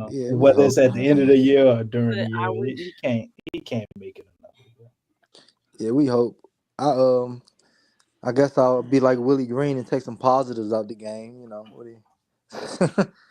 And I guess Brandon Boston continues to really showcase his complex game and pretty much all levels of the game. I mean, he can play point guard and create his own shot, can shoot the ball pretty good. And like I said, being a point guard, he can dish the ball pretty good because of the fact that he can create for himself so much. He actually has not gravity like that, like no star or nothing, but sometimes he can bring attention because of how bad he's breaking down his defender. You know what I'm saying? To kind of be able to kick out and create space for him to kick out. You know what I'm saying? Because of how well he is with creating opportunities for himself. So man, I love what he can bring to our team now and then for the future. And then BI performance was cool. I mean, ain't nothing like I said, when I look at this team, I look at things from a permanent, how can we have permanent success and long-term success? So, but I don't see, that consistent performance from BI getting us wins and stuff like that against the more elite teams, or even like last game, having an opportunity to step up and show some type of fight back, and some type of like Dort really got into him in the playoffs, you know what I'm saying, last year. So it would have been nice to see BI, you know what I'm saying, to go out there and be like, hey, bro, like, I don't know what that last year, that wasn't me, but I'm about to show you what's real. Like, you not stopping me. You 6'4", you too small. You're not gonna stop this 6'9", 7-foot wingspan frame. Like, you're not gonna stop me. But he didn't do that. He let them get all in his chest and got Jalen Williams plucking him, and he falling down on his elbows and getting thrown down on the ground. And so, man, but I mean, Bi always gonna put up some stats because, like I said, man, he's a talented guy. I'm not denying that he's not a talented guy, but this is the NBA. It's a lot of talented guys. Talent only can get you but so far. You know what I'm saying? So it just so happened this dude is very good at, scoring the basketball and taking tough shots, sometimes not smart shots. Has he gotten better at taking, making certain decisions? Yes, he has. But it's still not, to the point where, he's not going to be our main guy anyway. Zion is our main guy if he can stay healthy. If he's not going to stay healthy, even if he's not going to stay healthy, Bi wouldn't be our backup guy to lead our team nowhere. You know what I'm saying? So with that being said, like we should be focused on, if it's not gonna be Zion, then focus on somebody that we do want to potentially lead this team. And I know that's not gonna be Bi. So yeah, so that's what I Are say. you Like are you Michi. are you sure?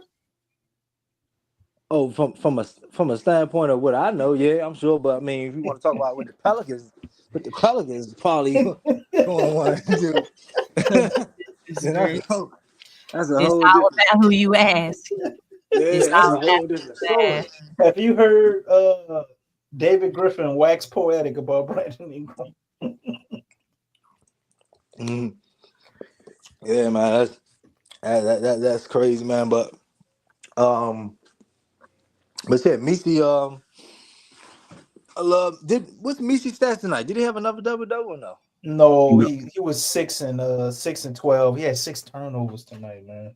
Right, yeah, it he had was a a little rough game. yeah. It was some situations too, like Antonio Davis was talking about too, as far as them kind of putting him, just throwing the ball to him just because they see him open, but not reading the Yeah, defense, so kind of setting them up in a bad situation.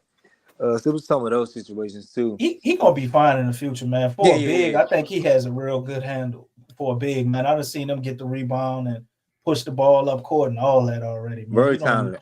You don't see rookies doing that. Yeah. Like there's a lot of stuff he doing off the bat. What's So the sky's word the that limit for that kid, man. yeah, You what's never the know word what he gonna Zion do. used? He said he's very what was the word he used about Yee when he said how quick he picks up something or A takes sponge. I think he called him a sponge or something like that. it was something that it was a big broader term, but I forgot what he said. But yeah, like you can see, man, like I was even telling someone the other day, man, I say like he has a good feel for the game, his patience for such a young guy. He has a pretty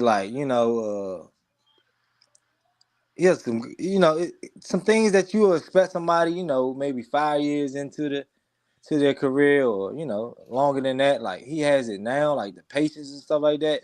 And like even when like how sometimes when you're about to get a tip to tip the ball back in, you trying to anticipate the miss or the make, and you kind of going up there, and most people get a little too excited and end up tipping it back in, and it's still over the rim. Like he has a good feel like kind of when to do it and when not to do it. I seen that like last game, like he kind of like he knew when to tip it back in and when not to. Like it's that good instincts he has. He has great instincts actually.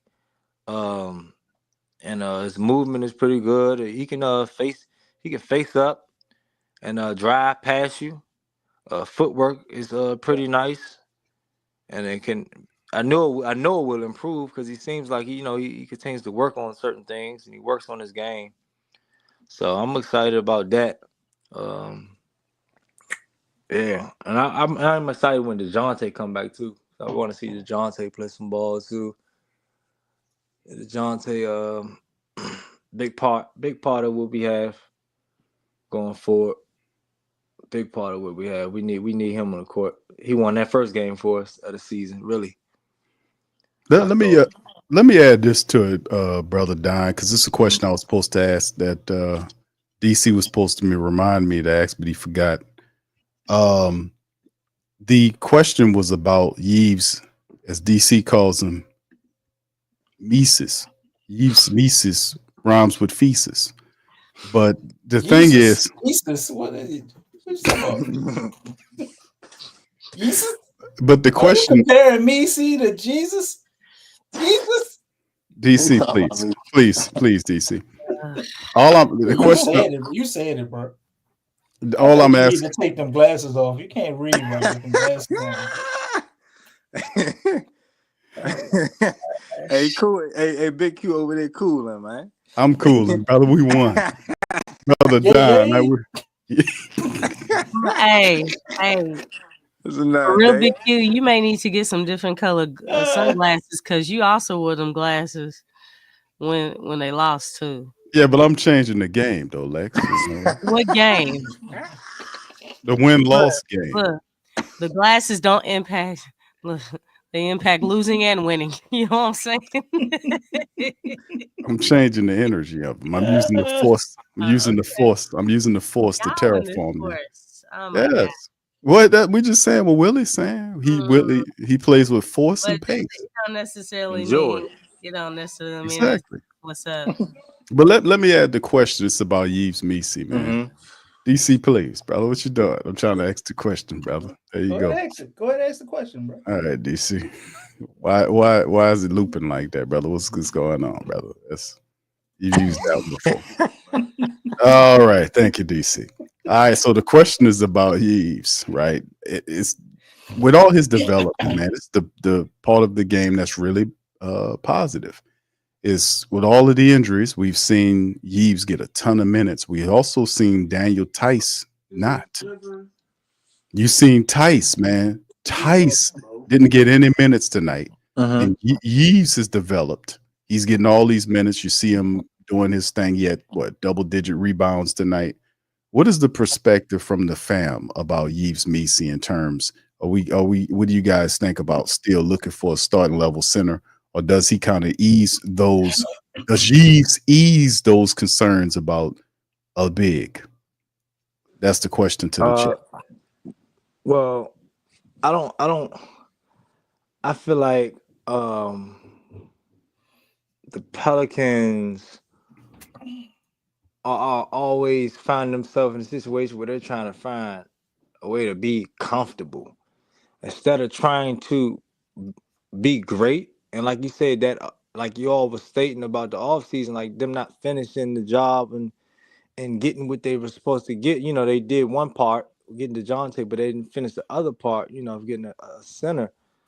And them just always being complacent and not, you know what I'm saying, striving for the best, you know. So I feel like we're just in a situation they shouldn't be like that, but that's just how they are. So I mean, I don't feel like, you know, the reality is we still need a center. But the Pelicans, like, you know, we always putting ourselves in a complacent situation where maybe, we probably are. The organization probably is like, okay, we got a little something, and let's just, you know, wait to see how it meshes when they're healthy. You know, so then we got that again, you know, when they're healthy, you know, we see what Messi does with double doubles with the others. So when the starters get back, shoot, he might look even more great, you know. So and so that's just instead of trying to strive for greatness and not putting so much pressure on Messi and being, you know, complacent. Let's put some competition in here. You know what I'm saying? So yeah, if Messi is going to be that guy that you need, guess what? He will work his way there. You know what I'm saying? He will have to be great in order to keep that position. You see what I'm saying? So bringing that healthy competition and keeping it in and keeping healthy competition and greatness within the organization is what we need, man. You know, we need high expectations, and it seems like it's very mediocre. All right, DC, what you think? Messi can't stretch the floor, so I mean, I still think we need, if not a starting level center, maybe a really good floor stretching center. We need a center that shoots threes. I'm not so sure. I see sometimes it looks good with Zion, and sometimes he doesn't. You know what I'm saying? So it's like I need to see a larger sample size of that, but I'm not so sure he'll match like excellent with Zion just yet. So I would like to have another complementary center to help there, and also you would hope that that center can step in and be a starter as well, because we all know with the Pelicans, as you can see, somebody gonna get hurt. You really ain't guaranteed shit. So I don't think we should crown him yet. We definitely should have somebody who's on a similar level with a different skill set. So he might not need to be a rim runner, but you definitely would want him to get rebounds and be able to stretch the floor. So I don't know what that could turn into, because Brandon Ingram probably is not going to be on his team, most likely.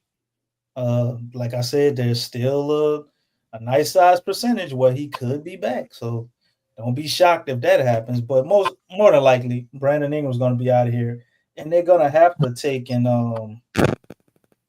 put that money into getting bigger, because Lex has talked about it all off season, and we're seeing it now with the NBA. A lot of teams are getting bigger, as well as everybody's pressing too.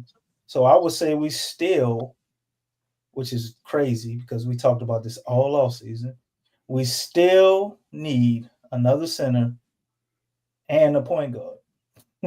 We still need another point guard and a center. We need both of them. How about Brandon Boston?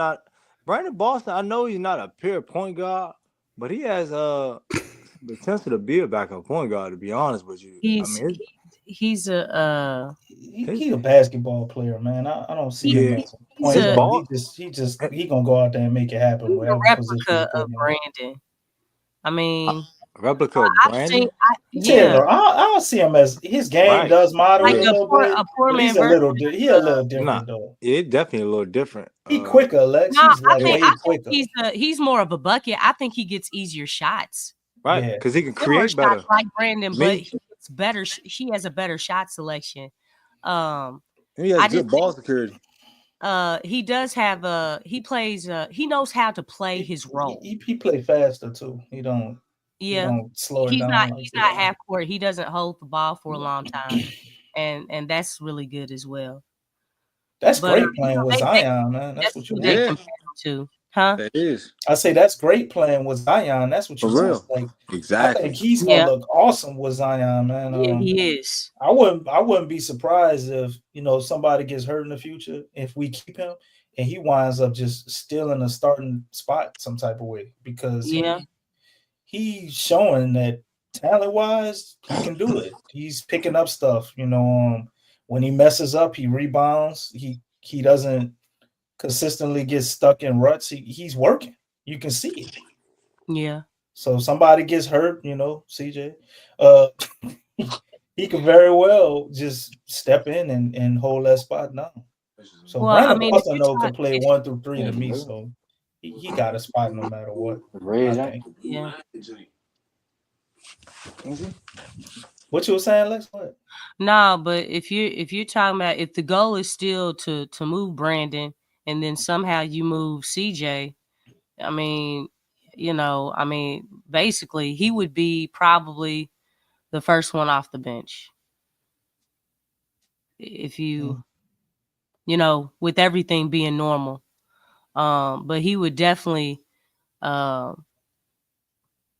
play a key role on the team, just depending on whatever direction the team chooses to go in. Because really, what if we ran a small ball lineup with him out there? Would let's say Brandon and CJ's off the court, you think he would fit some type of a 5-minute small ball lineup? Yeah, I can see that. Because he's long, he can shoot. Mm-hmm. Everybody will be 6'7" plus out there. Yeah, I can definitely see him really going up another level as far as defensively. Mm-hmm.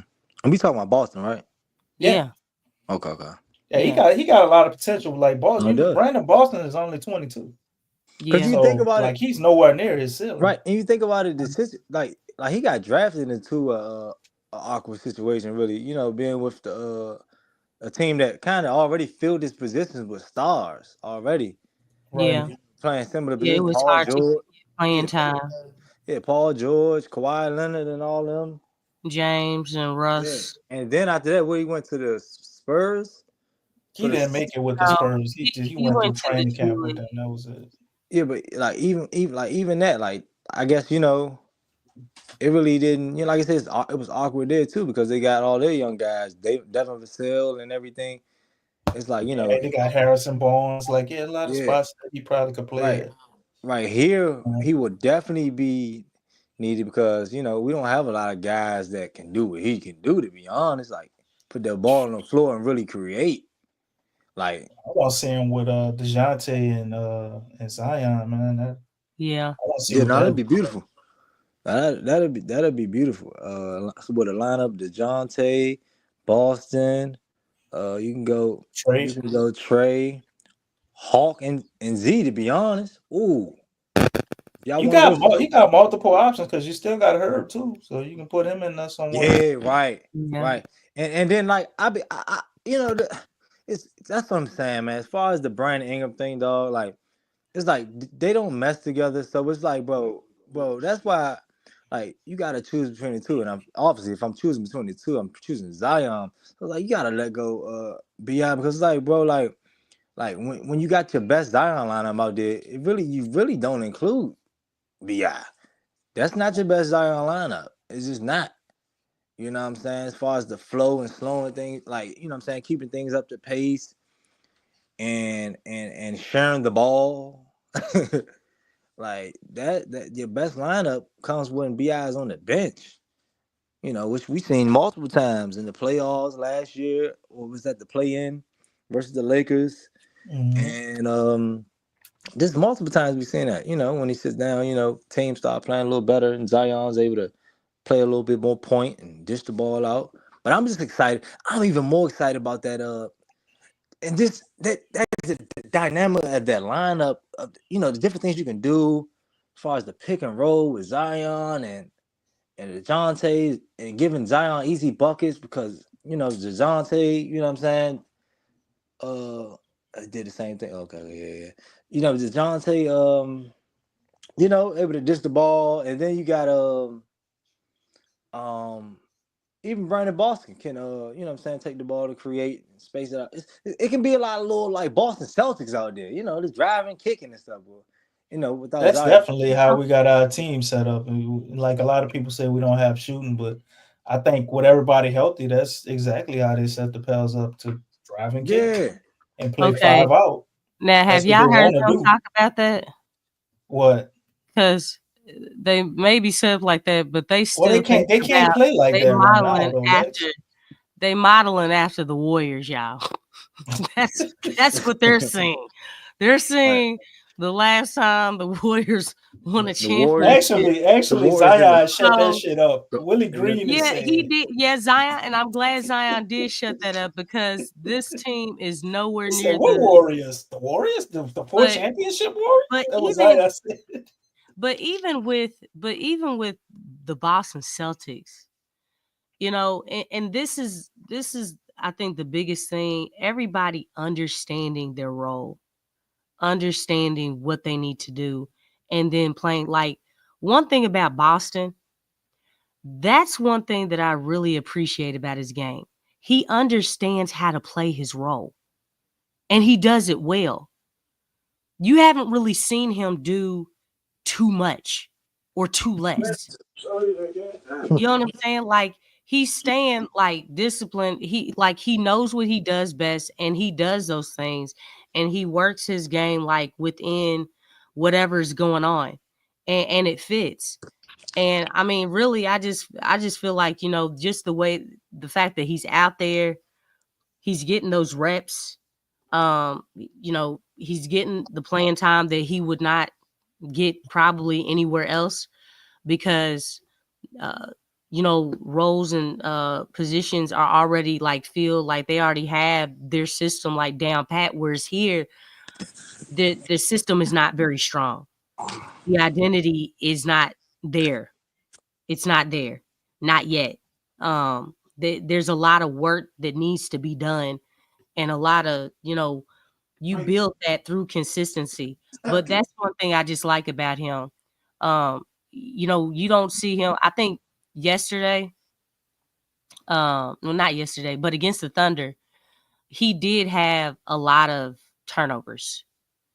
They were really pressuring him. I think that's the most pressure he's gotten since he was put at point. And so I think yeah, I mean, continue to brush up on your handle and things, but his handle is very smooth. He's very under control for the most part. I think, like I said, against the Thunder, he was really challenged. But other than that, I think he's actually been solid. They He pressed him makes, tonight too, Les. huh? They Yeah, pressed they him did. tonight. I just think like I said with the Thunder, they really got out into transition after deflecting or stealing the ball a whole lot more than usual. I think even more so on tonight. But the dude, for the most part, he keeps the ball under control. The ball is not sticking in one spot. If it does stick, he's doing something quick with it. Like, okay, I'm not holding the ball. I'm gonna go into my move, do something, or if I don't have anything, move it. But he did a very good job. I mean, he was the reason why there was really solid ball movement. Mm-hmm. He was the reason for that. So Yeah, I like I Brandon agree. Boston a lot, man. I think he fits this team well, and the way he plays would really kind of fit a lot of teams, which is like, while I'm looking at it, like we got extremely lucky, getting him. I think they should sign him to a bigger contract like now. Just go ahead and give him some years because the more he plays this season, if he keeps getting minutes, Texas like and the Tucker price is just gonna go up. You know what I'm saying? screenshot it too. He on a two-way, so you don't want to keep him now all year. But knowing the Pels, and we definitely in tax hell right now, so that's probably exactly what they'll do. What, keep him there the two-way? Yeah. When you keep him there the two ways away, you can lose him. I don't think so because you get so many spots that you're guaranteed. I just think you have to convert it over before the playoffs. Okay. Yeah. I think that's how it goes. You got to convert it over for the playoffs. Well, I'll tell you what. If we don't resign Brandon Boston, they gonna sign him, bro. I ain't no Pelican fan no more. Let's make that deal. Nah, they ain't gonna let him go, man. It's just a matter of what they're gonna have to pay him. They better not. They can't. Z already barred it. He said, "Man, we need to sign him, man." Because I think the situation was whether they had we wasn't gonna be able to have him and Matt Ryan. Maybe that's why they cut Matt Ryan the second time. And to be honest, I think, man, we should would have been nice to have both of them. We should just cut ties with Noel, man, and bring somebody else in, like maybe Peyton, like, you know what I'm saying, like somebody for right now. But I would cut ties with Noel. Like I don't like that was. I mean, that was just like it was weird. I mean, I think Noel. He first of all, he's not known. I'm gonna be honest. I didn't know about him. I mean, I knew well, about he was with in Minnesota. Like he a dude that'll score. He'll get he like a J.R. Smith, but not as talented or athletic. But he'll get hot and he'll run off a lot of points and have this big game, and then come out the next game and go 2 for 12. But it's like and still be shooting like he got that green light. Right, that's what I'm saying. So for what he does, it's like not really needed here. You know what I'm saying? And that's why, you know what I'm saying? I mean, we scored 101 points, bro. And then his game was not just tonight though. I mean, well, he was on attack mode. I mean, what's it called? He's probably one of the most aggressive players we got. Like, yeah, we but need it's like, somebody. yeah, but it's like I don't know. It's just we need if first of all, like he's he's like that point guard, shooting guard position, right? Point guard, sometimes small forward, maybe. So it's like if he's playing that position, bro, we need somebody that can like be a little bit more like dual, like able to play a little bit like a point guard sometimes, and also be able to score. You know what I'm saying? So he don't really give you that combination. You know what I'm saying? Boston gives more of that combination than he does.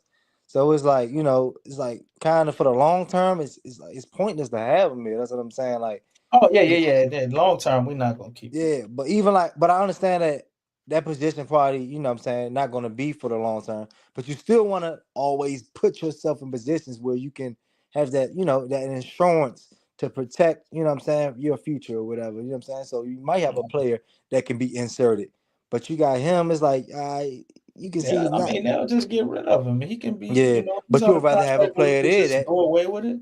But you would rather have a player there that you can possibly really, really, really use. You see what I'm Yeah. saying? I Rather wonder like why Matt Ryan. Well, Matt Ryan signed with somebody. What about like a guy like Markel Fultz? I wonder Yeah, why people keep saying that. And I mean, I don't mind because I know he definitely. Get you a bucket. He play decent point guard. Yeah, He ain't yeah, like a and he great point developed. guard. He's okay. Yeah, and I think he developed more point guard skills. You know what I'm saying, intangibles as he played in the league longer. So I don't know. Maybe I don't know. Maybe It's kind of hard to believe that at one point in time he was the number one draft pick because at it's no point crazy, ain't it? in his career or in his game have I seen that at all. Like that, those But number he one had a, draft he pick had a type stretch. games. He had a stretch in Orlando. It's probably the best I've seen from him. Well, he actually was looking like he could have won like most improved player of the year. But it's like over a stretch of maybe like 15, 20 games. He was balling out. Yeah, and then When I say mean, balling out, I mean like not for no 20, number one draft 24, pick. 22 points. and But then I don't yeah, get. not for no number one draft pick. And this is I what I mean, don't get. Like we so backwards. Like why the hell we ain't sign Alfred Payton? well, We the got him. thing is, He they on did have he in him. the G League. He's on the Birmingham So squadron in the G why League. did we I don't sign understand him? why they haven't called him up though. I don't That's know. what I'm Maybe it's saying. some. Like what's Maybe it's something we don't know. Let's give him the benefit of the doubt. man No. from this is Oh, where this is where he from, man. This is where DC, he from, man. hold up, dude, hold up. That's a joke. You know what organization this is, right? It's a joke, Lex. Okay, all right. I was just checking. Hey, you know how you are. Sometimes you be serious over there. I'll be Don't be joking. playing, man. Come on now. I'll be trolling. You know what I'm saying? Like, Man, dog. like Like with this bruh, organization, and he a solid basketball player, and we still need somebody to throw some lobs because we damn sure don't got nobody throwing no lobs, man. Man, I know hey, one thing about With Alfred Payton. DeJounte out there, the lobs were being thrown. Yeah, And I'm then talking. the thing is, the Yeah, way that they were treating Messi, they be throwing the ball up there. I mean, get throwing horrible passes and expecting Messi to get that terrible. jump. I'm like, I That's wish insane. I would throw some of them type passes to Zion, man. I mean, because he's been like, he's a They gonna huge get lob Zion threat. hurt with them damn Look, passes, Lex. yeah, because they don't know how to throw them. But apparently, they know how to throw them to Messi for most of the time. But when Lonzo Ball was here, you saw lobs all the time. Man, Then I'm once telling he boy, left, that you shit didn't was see him. boy. We be scoring in 0.1 3/4 second. of the court, he was throwing them lobs to Zion, We and would score ain't 1 point. nobody else, brave enough to throw it. I'm telling you, boy. I remember that. I still remember that game versus the Rockets. Lonzo throwing that thing full court. Yeah, he. I mean, that was we used to see that all the time, and then one day All we the did. time. It was like we could count. We Remember could that count how many lobs versus the just Spurs? last season Versus the that they Spurs, threw. boy, they had that chemistry, man. Huh? The first game Zion played when he hit them threes, and then he went down low and spinned off, and they threw an alley. Like I was just reminiscing when when we Oh, had somebody that you talking about his debut? yeah, and he Oh, okay. spinned Now off. he didn't dunk it all in that game. I'm just saying, but he threw the connection. It was an alley thrown though. Oh, okay. All Remember right. the layup Yeah, like alley? a layup. Yeah, Okay. he spinned off. Yeah, because I'm just saying, like those passes, like those are good too. Shoot, he Oh gonna yeah, get it. they still 2 points. Yeah, hell yeah. But yeah, So we man, do still need to you know, find ways to get easier shots. Yeah. I feel like the game is still too hard typically, especially when you see these teams. They it's still like tonight.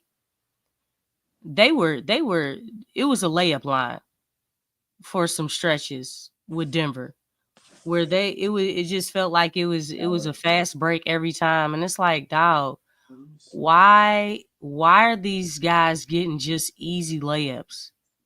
No, no, yeah, it's not contested. Guys aren't getting back, or you know, and that was due to turnovers, but still, you can't let that happen.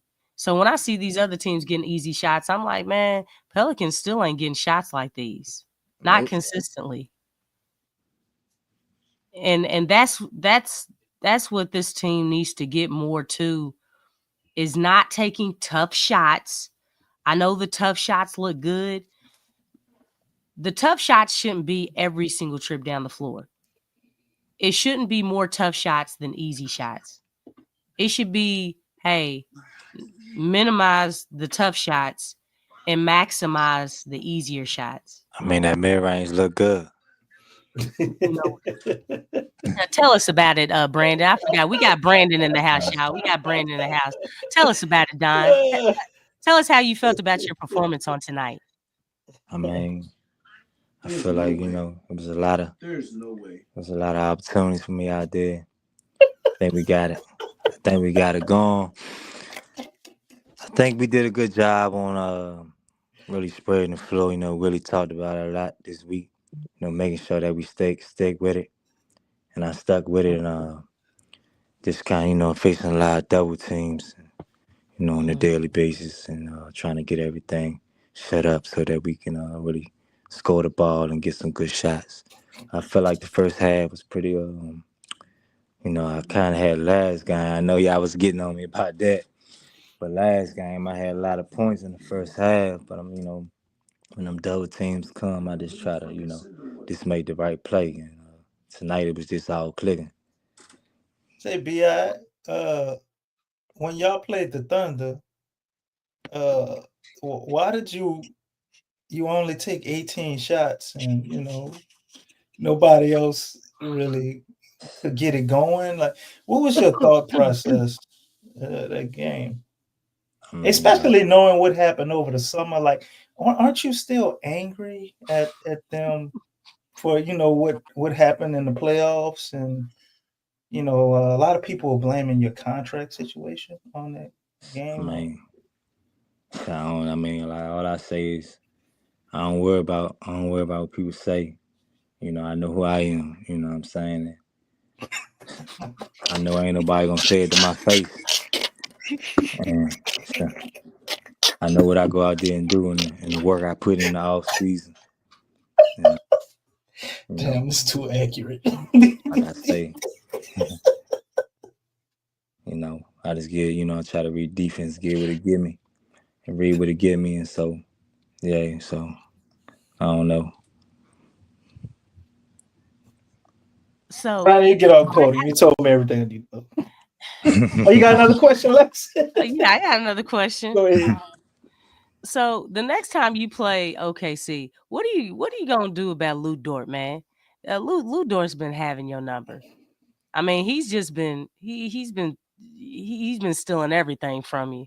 Like, do you find it hard to handle the physicality that he puts on you, or what can you do to better be prepared for when you face him again? I'm sorry, who you talking about? Lou Dort. Who was that? He's the guy who is doing you. He did you in the in the first round. I mean, the playoffs. Well, see, Okay, and he did you again. Yeah, he was all up in you. I don't know, this but last game. all I can tell you is that I'm 6'9" with a 7-foot wingspan. But you don't play like you're 6'9". But I'm telling you that the mid range look good. He's 6'4", so I didn't really see who. He's still doing you. I didn't really see who was guarding me. I just felt a lot of hands on my chest and my jersey. And you weren't making your shots either. And not in the second half. I just go out there and play, but I know that you know, I'm on the court. I'm in the gym every summer, and you know, I'm gonna go out there giving my all, which I Is that do, translating against Lou Dort though? which I've been doing for years. And you know, we got good Yeah, players you on this gotta get your team. press pass revoked. We got good players on this team. You know, like I like to Jeremiah. ruffle feathers. We got good players on this team like Jeremiah Robinson Earl, Jalen Noel, Wait, what? Brandon Boston, What happened? and CJ. Why did you name Jeremiah first though? Cause it's my team. Oh, it's your team. So you think the Pelicans, with your performance on tonight, that the Pelicans will sign you to that fat contract? Like I said, I showed y'all the, you know, I mean y'all thought the post was about the Pelicans, but it wasn't. But, you know, like I say, you know, I think, you know, you gotta know your worth. So I mean, hey, you know, if people know, you know, if they want some great things to happen and something great in front of you. So you gotta make sure you take advantage of that. And that's what I'm doing on a daily basis, taking advantage of what's great. And I know my worth. So you can take it how you want. It's perfect, Brandon Ingram. Thank you, Brandon. All his answers are like open ended, and they don't Yeah, they directly are. answer anything. They are. They are. Because he ain't answering the question. That's what he do. Yeah.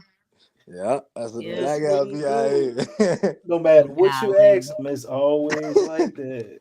Yeah. He leaves it up to, When it's however. good, he'll get him more detail. When it's like, you know, it's like a good game or they won or something. But in them losses, everything. But you know what? He hasn't been doing interviews. You blame him? No, not after the games. I mean, we've been seeing Willie and Trey and We had 6 straight losses. You think he won't get up there and talk? Look, and then we supposed I mean, but they won tonight. He Right. did So a play of the game interview. Look, and I did the Jeremiah Robinson Earl in them first because he don't seem to want to. I don't know. He doesn't initiate Zion name much. So I thought, you know.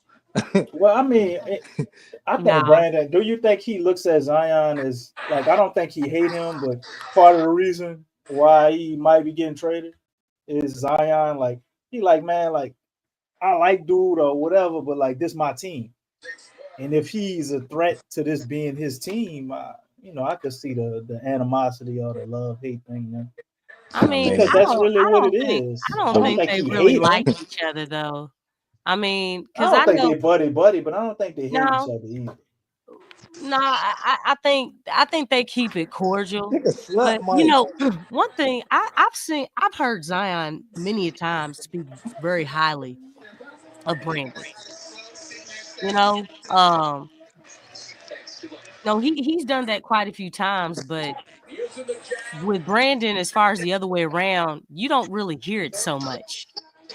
You know, and sometimes Zion brings it up. It's not even something that a reporter has to ask. Mm-hmm. So I think that's kind of interesting because Zion, I don't feel like Zion minds like speaking highly of Brandon or like passing him the ball.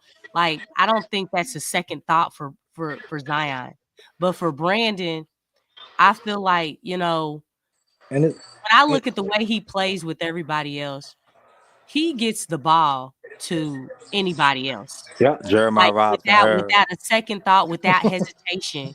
Noel. Sometimes he defers. Yeah. To anybody else, but Zion. And I feel like CJ, he does the same thing. To some degree, I feel like Herb does it. So and that's why, sometimes I feel like when you see stuff, because you see small things that just like it's like, dog, Zion was down the floor. Why didn't you push the ball up to him? Yeah. Y'all kept the ball and kept dribbling so you could get the layup. It's like those aren't winning plays. Like those type plays, those type plays right there are plays that are going to contribute to losing. Like, you have to play. Like, if someone is down the court, push the ball up the court. I got a play for you, Lex. What's up? I encourage you and anybody who listening. Mhm. It embodies the whole Zion, Brandon Ingram era. The very first play of the season when Brandon Ingram and Zion, all of them got here for the preseason game. Well, you gotta mute yourself, Don, if you're trying to listen to the fight, dog. Oh, my bad. We can hear you. Yeah. So the very first game, I think it might have been the opening play too. Lonzo Ball maybe got a steal, or I don't remember if he caught a rebound, and Lonzo went to throw an alley for Zion. Yeah. And Brandon Ingram was right there. Brandon Ingram jumped up in the air and grabbed the ball and scored. To me, when I saw that, I was like, damn, we might have a problem. We might have to trade BI. I don't know if it's gonna work with him and Zion. I thought that, like, this 2019, Lex. And I thought that, right? Yeah. We still had Drew Holiday and the whole nine. I was like, well, we got Drew and we got Lonzo Ball, basically 2 point guards. Maybe we could figure this out, make this work. And then they went on to have, he won most improved player of the year and all of that. But man, when you watch that, you can clearly see it's for Zion. And Zion's a rookie. Yeah. I can't see BI running the floor and not knowing Zion was right there. So to me, looking at it, it always comes back into my mind thinking about that play. I think it's more of he don't hate Zion, but if it's him or me, it ain't gonna be me. Which He is looks hate. to a certain extent. That's not hate. You call it competition, right? Like, if he feels he's better than Zion, or he's like, okay, y'all But want him to nah, be the guy, but he but can't stay but healthy. I'm the one out here. I'm the one carrying yeah, the team to but playoffs. outside of I'm health, playing in the outside playoffs. of health though, production. When you look at outside of health, production doesn't show you that okay that I mean, Zion they is average about close to the not. same thing, man. No. I'm Zion. talking about team production. I'm talking about team Oh production yeah. and win percentage. Really, let's talk about win percentage and team production because the only winning seasons that Bi has had is when Zion was here. Well, I mean, Yes. we've made it to the playoffs No, twice. but that's we had to go to the play-in and we had a losing record. We went to the play-in. And that same record, you cannot go nowhere with it today. So yeah, we got lucky that year. We definitely got lucky that year to make it in the playoffs Yeah, with a bad record. that Well, first year, it's tough. It's nobody tough to really. explain that to.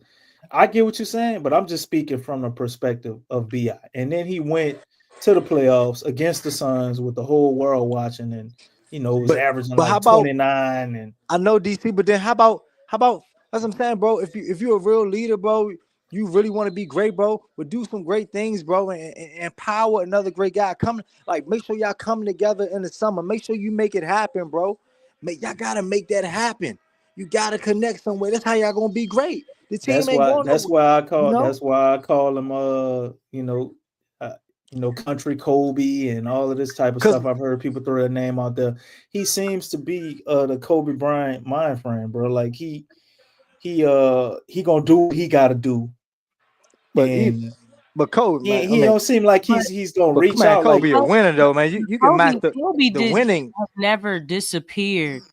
The thing is that being a star. Kobe wasn't nobody who had nobody working out with him in the summer and all. That's all I'm saying. Kobe gonna go do probably 3 damn workouts a day starting at 4 in the morning.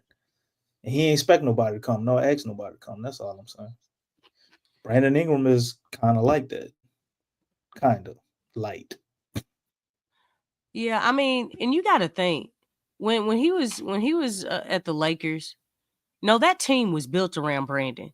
So Brandon has had his own team. Now, I will say this: no, they weren't winning. They were young, but they did have a lot of talent. They did have a lot of coaches. And that's why it's funny because you mentioned this on the other day, DC, that he was starting. He's like, man, I've had so many different coaches. I'm starting to think it's me. That's what, Brandon was saying. Hmm. And it's like, dog, it probably is at this point. You know what I'm saying? Like, he's very I feel like, when I look at Brandon's game, in a lot of ways, I feel like he's kind of peaked. Like, I don't really think there's a whole lot But more it's sad too because that he don't have he to. can give. Yeah, I just think like you look at just a lot of guys, and somebody had mentioned this, like, he's in year what? Like year 9? Is that correct? Yeah, Year yeah, I think 9? so. Yeah, I think it's like And year it's 9, like, 8 or 9. do you know? Because when one of those seasons, in one of those seasons at the Lakers, he did play with LeBron, right? In that Not for season, very long, no. Brian was but hurt most of the time, and when Brian was in, he was hurt. They probably played some games together. well, He in played his those best without Brian. even that year, it was a losing season. And this is alluding to what, Don was talking about. All Brandon's winning seasons have come from, when playing with Zion. So, I mean, and really, I think that's only been just 2 seasons out of his whole career.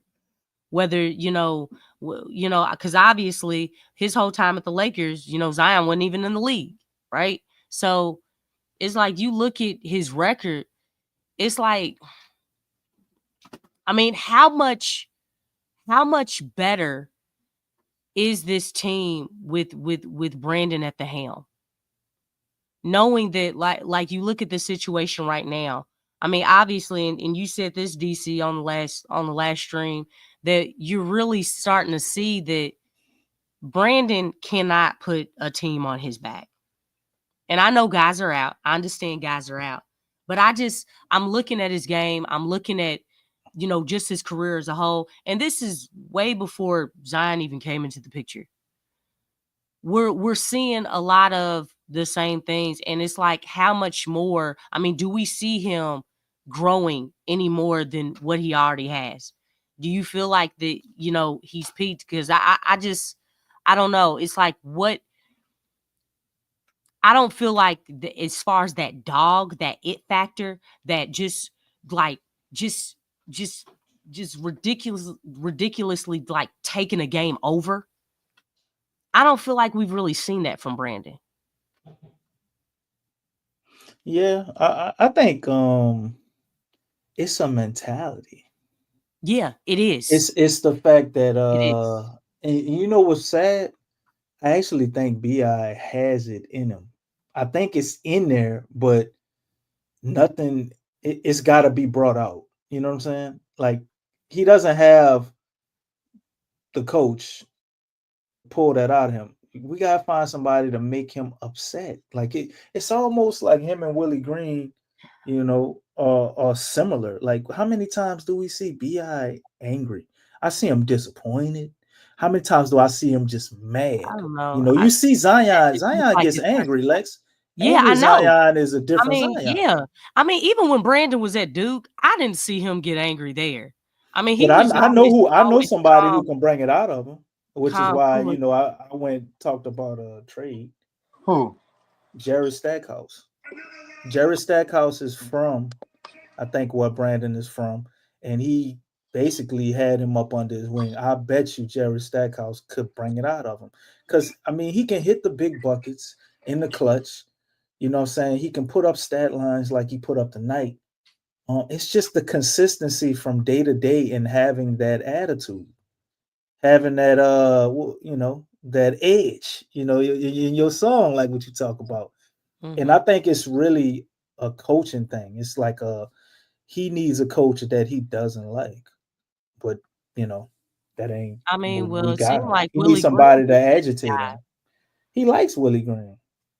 He don't like, I guess, probably the offensive He sets didn't and stuff like like that. he He didn't likes him as a person. I'm saying he need a coach But that the he thing don't is, like. it's like, dude, this team needs a coach, not somebody. Man, who cares if you like like him or not. That's why, you The know, organization. the friction, that's why friction is so important, especially when it's trending in a winning manner. Okay. I'm not talking about like the team is losing and it's a whole bunch of losers in the locker room and they just fighting and going back at each other. No. When you look at these championship teams, these teams that are very serious, man, some of these guys, they don't like each other. They don't like each other. They you know, but the thing is, or they don't like something and they air something out. But when they get on the basketball court, when they get in between, you know what they all have in common? They all want to win. They want to win. It's a fire under their belt. Like, man, we winning. We winning.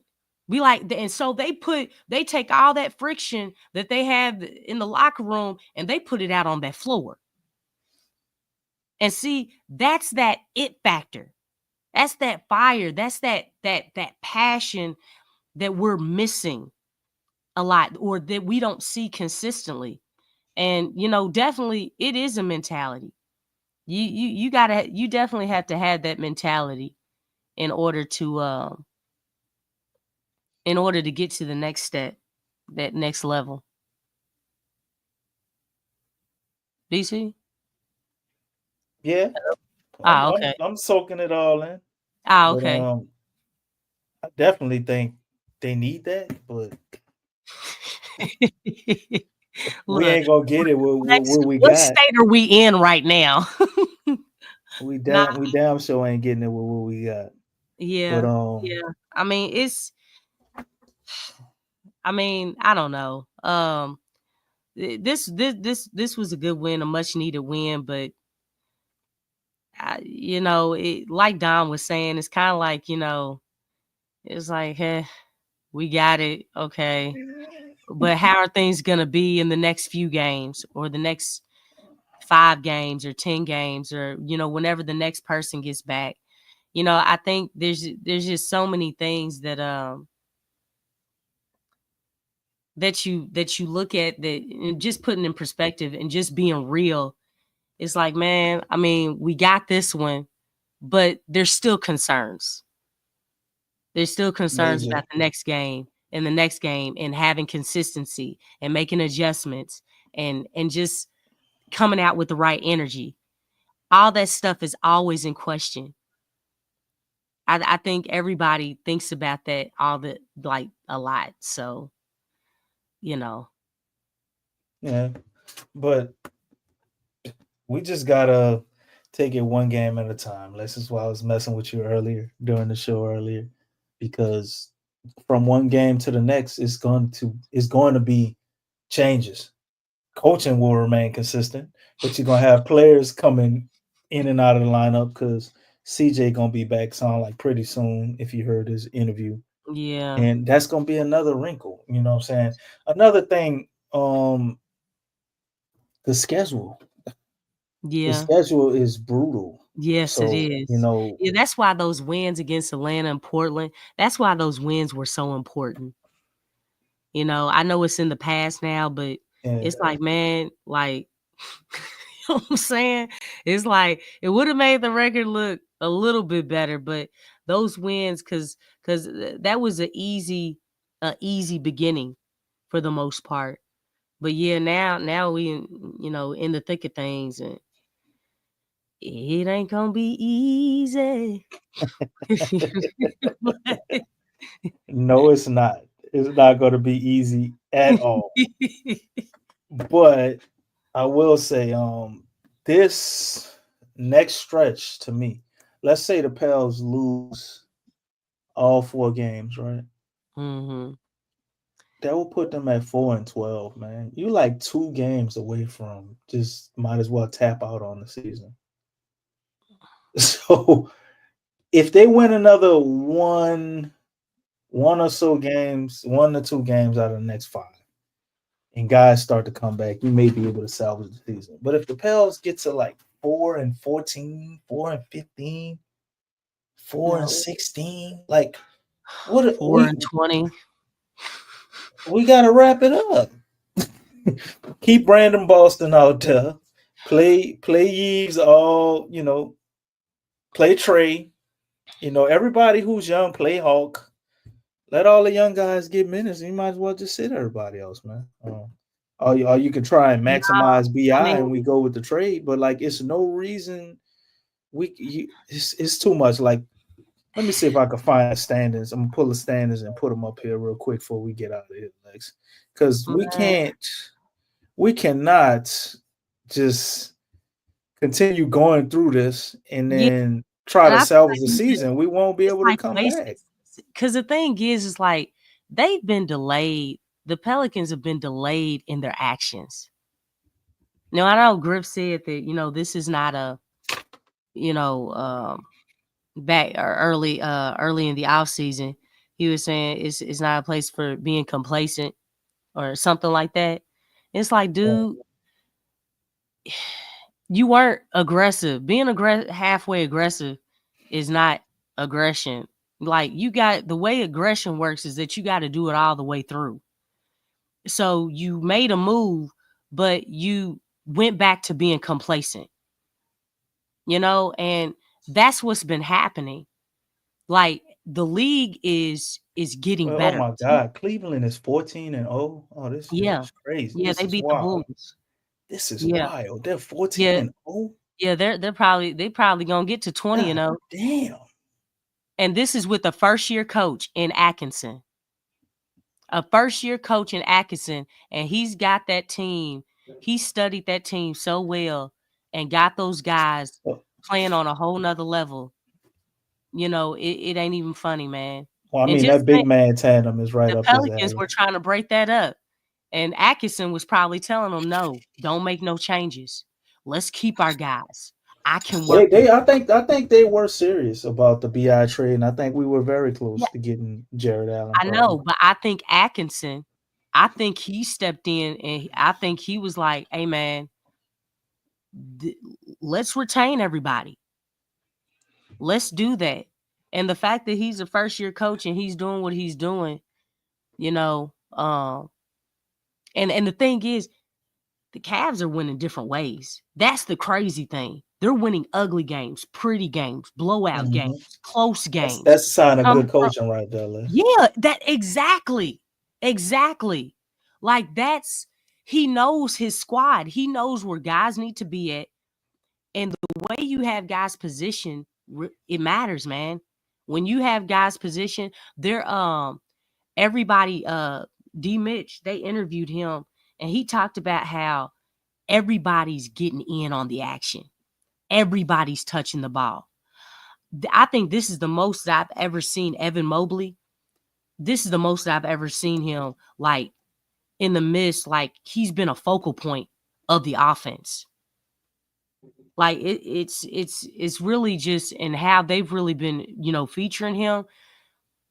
First of all, he's has a lot of confidence right now, and he's playing with a lot of aggression. I mean, he just is, because you already knew Garland had it. D Mitch had it. Jared Allen, he had it. But Evan Mobley, he was the one that had to kind of come up. And now that he's kind of, been featured a whole lot more, it's been making a world of a difference for them. No doubt. But just pointing this out, my man, Stacy pointed out that they are trying to feature Zion with the schedule, but so there's a limit of games Brandon Boston can play, and that limit will be for up to 50 games.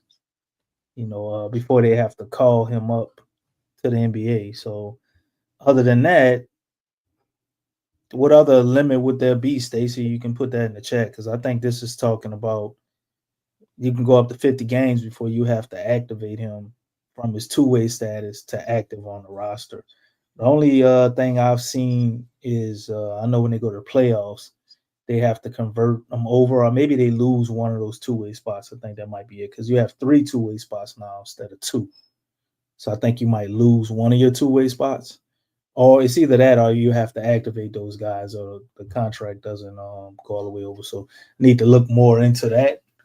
But This is the only thing I see as far as the 50 games, unless you got something else on that, brother. But getting back to the standings, as you can see here, and strategically put it this way, the Pelicans are pretty much all the way at the bottom, right? Mm-hmm. There's only one team up under us, and that's the Utah Jazz. And that team is actively not trying to win. Everybody knows that they're tanking, and they're 3-8. We 4-9. So we're 7 games back right now, and we're not even a quarter of a way through the season. So you're looking out in the West, you got 11-2 as the best record. Then you got 3 people who are 9-4 right after that, including the Houston Rockets, who I anticipated would be a lot better. The Suns, KD's down, so maybe we get lucky there. You got the Lakers, who, if we get lucky, we're able to notch them at 8-5, but that's probably going to be another 9-4 team. Denver, could have been 8-4 tonight, but we lucked up against them. Memphis is sitting at 7-5. Sacramento is 7-5. Minnesota's probably definitely going to make a run from that 6-6 mark. Then you got the Clippers. These are all playing eligible teams. Shit, San Antonio's 6-7. Then the Dallas 5-6. They're not going to stay there. So tough, DC, man. And it's everybody's. And then look at the East, and you look at the If we were in the East, we might have a shot. We'll be like right around here somewhere. We wouldn't be so many games back. Well, we'd be a lot of games back from Cleveland.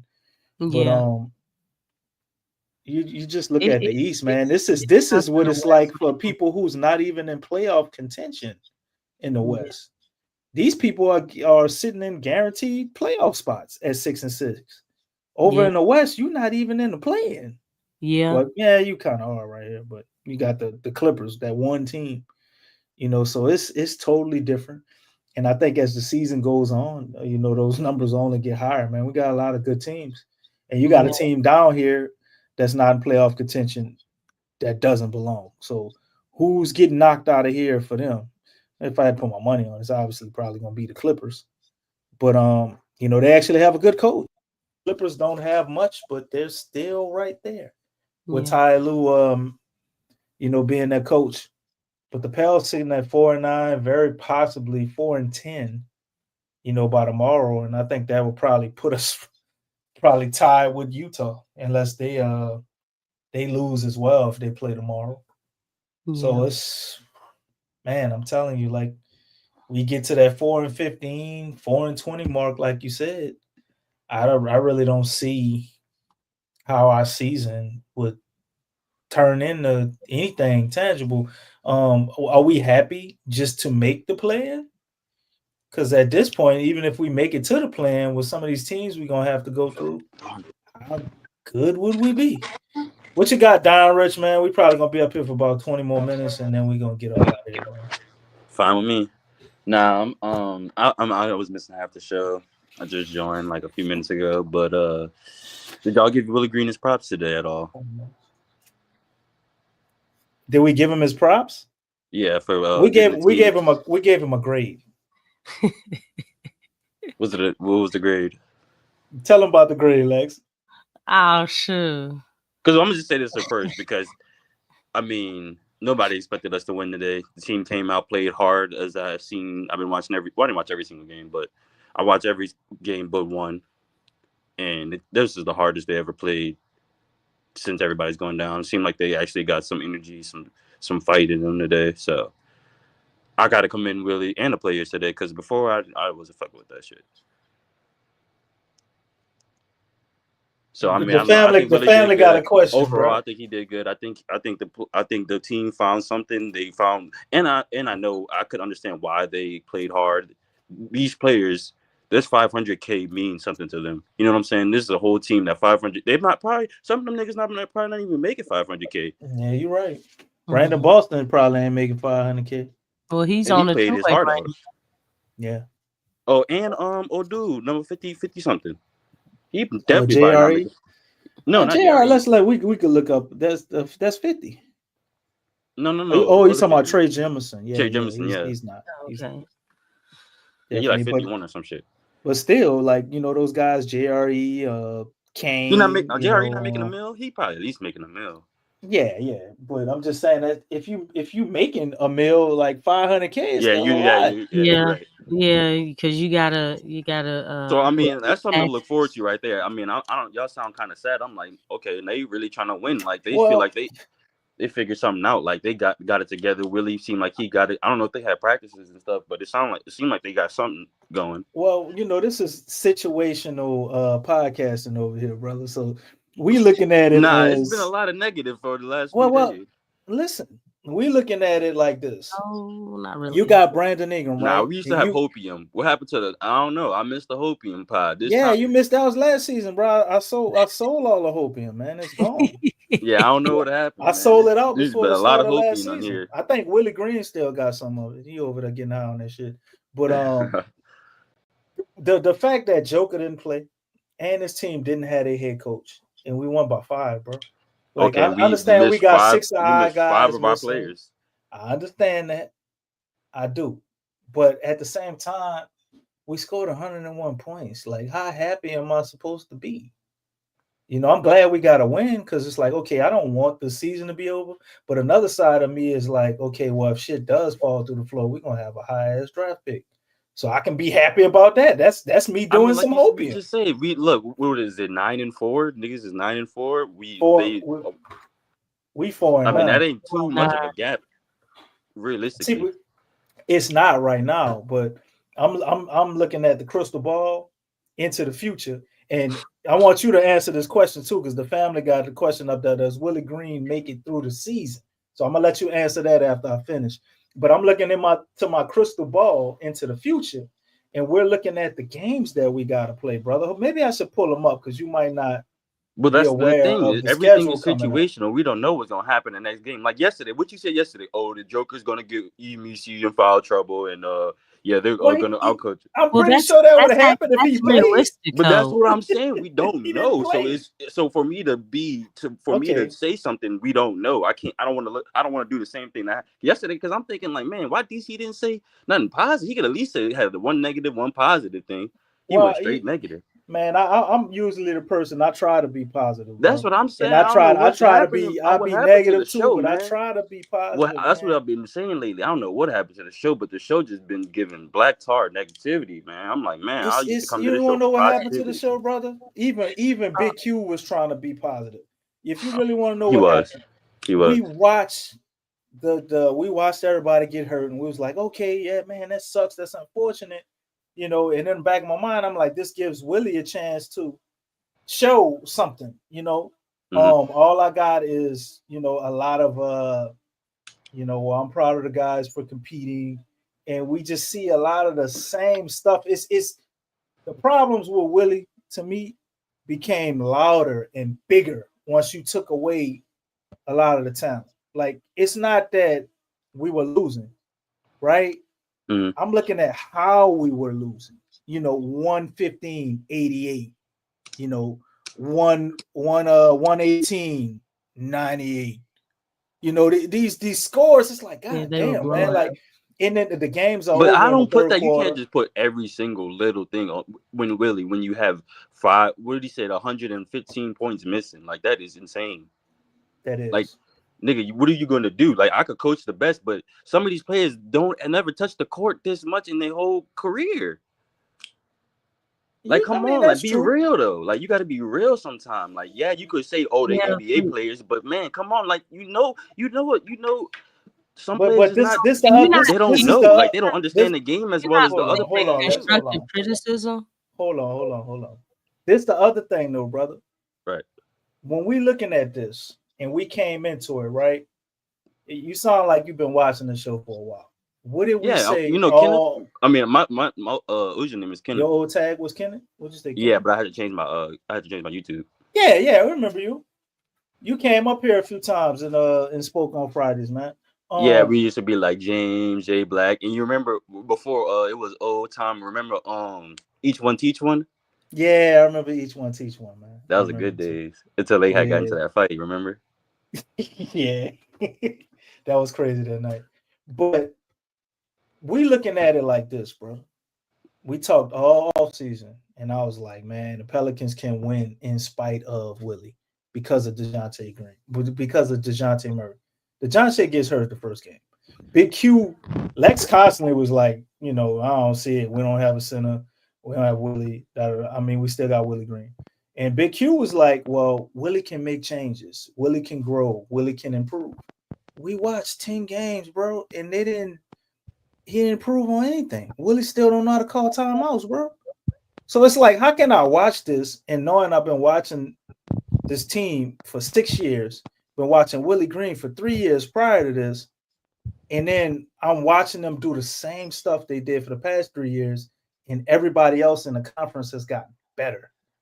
How am I supposed to be I say positive? positive too, because I know we have a good team. Like this ain't the We team do. that they put together. Like I know this isn't a team, so I can't be mad at some shit that I know that this isn't what was meant for me. Like I could only be mad at the situation, but I know this is a temporary situation.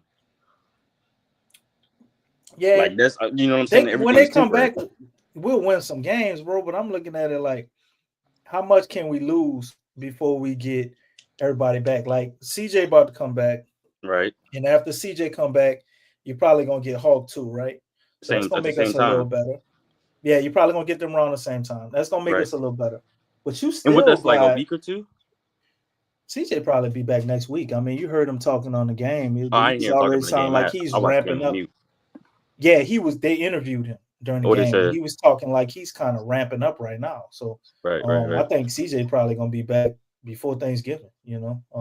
We talked about That's this. next week. We talked about this last podcast. DeJounte, Yeah, I you're heard. looking at maybe before Christmas if you're lucky. Zion's probably gonna go into the new year. So you still got a while. I don't see a lot changing with how they play I don't know. I'm until just they get saying. I think this DeJounte team is back, way man. better than a lot DeJounte of is teams the in the missing NBA. piece. DeJounte is the missing piece. If we have Right. DeJounte, I think it looks a lot different. But until we Right. get him back, and then you look at the teams we play. Like I got this up here. Look at our schedule, bro. This is why you ain't been hearing a lot of optimism. No, I'm saying before the season started, I didn't hear a lot of optimism. We were very optimistic. I said the Pels are gonna win 50 games. I mean, that's only one more game than last year's game.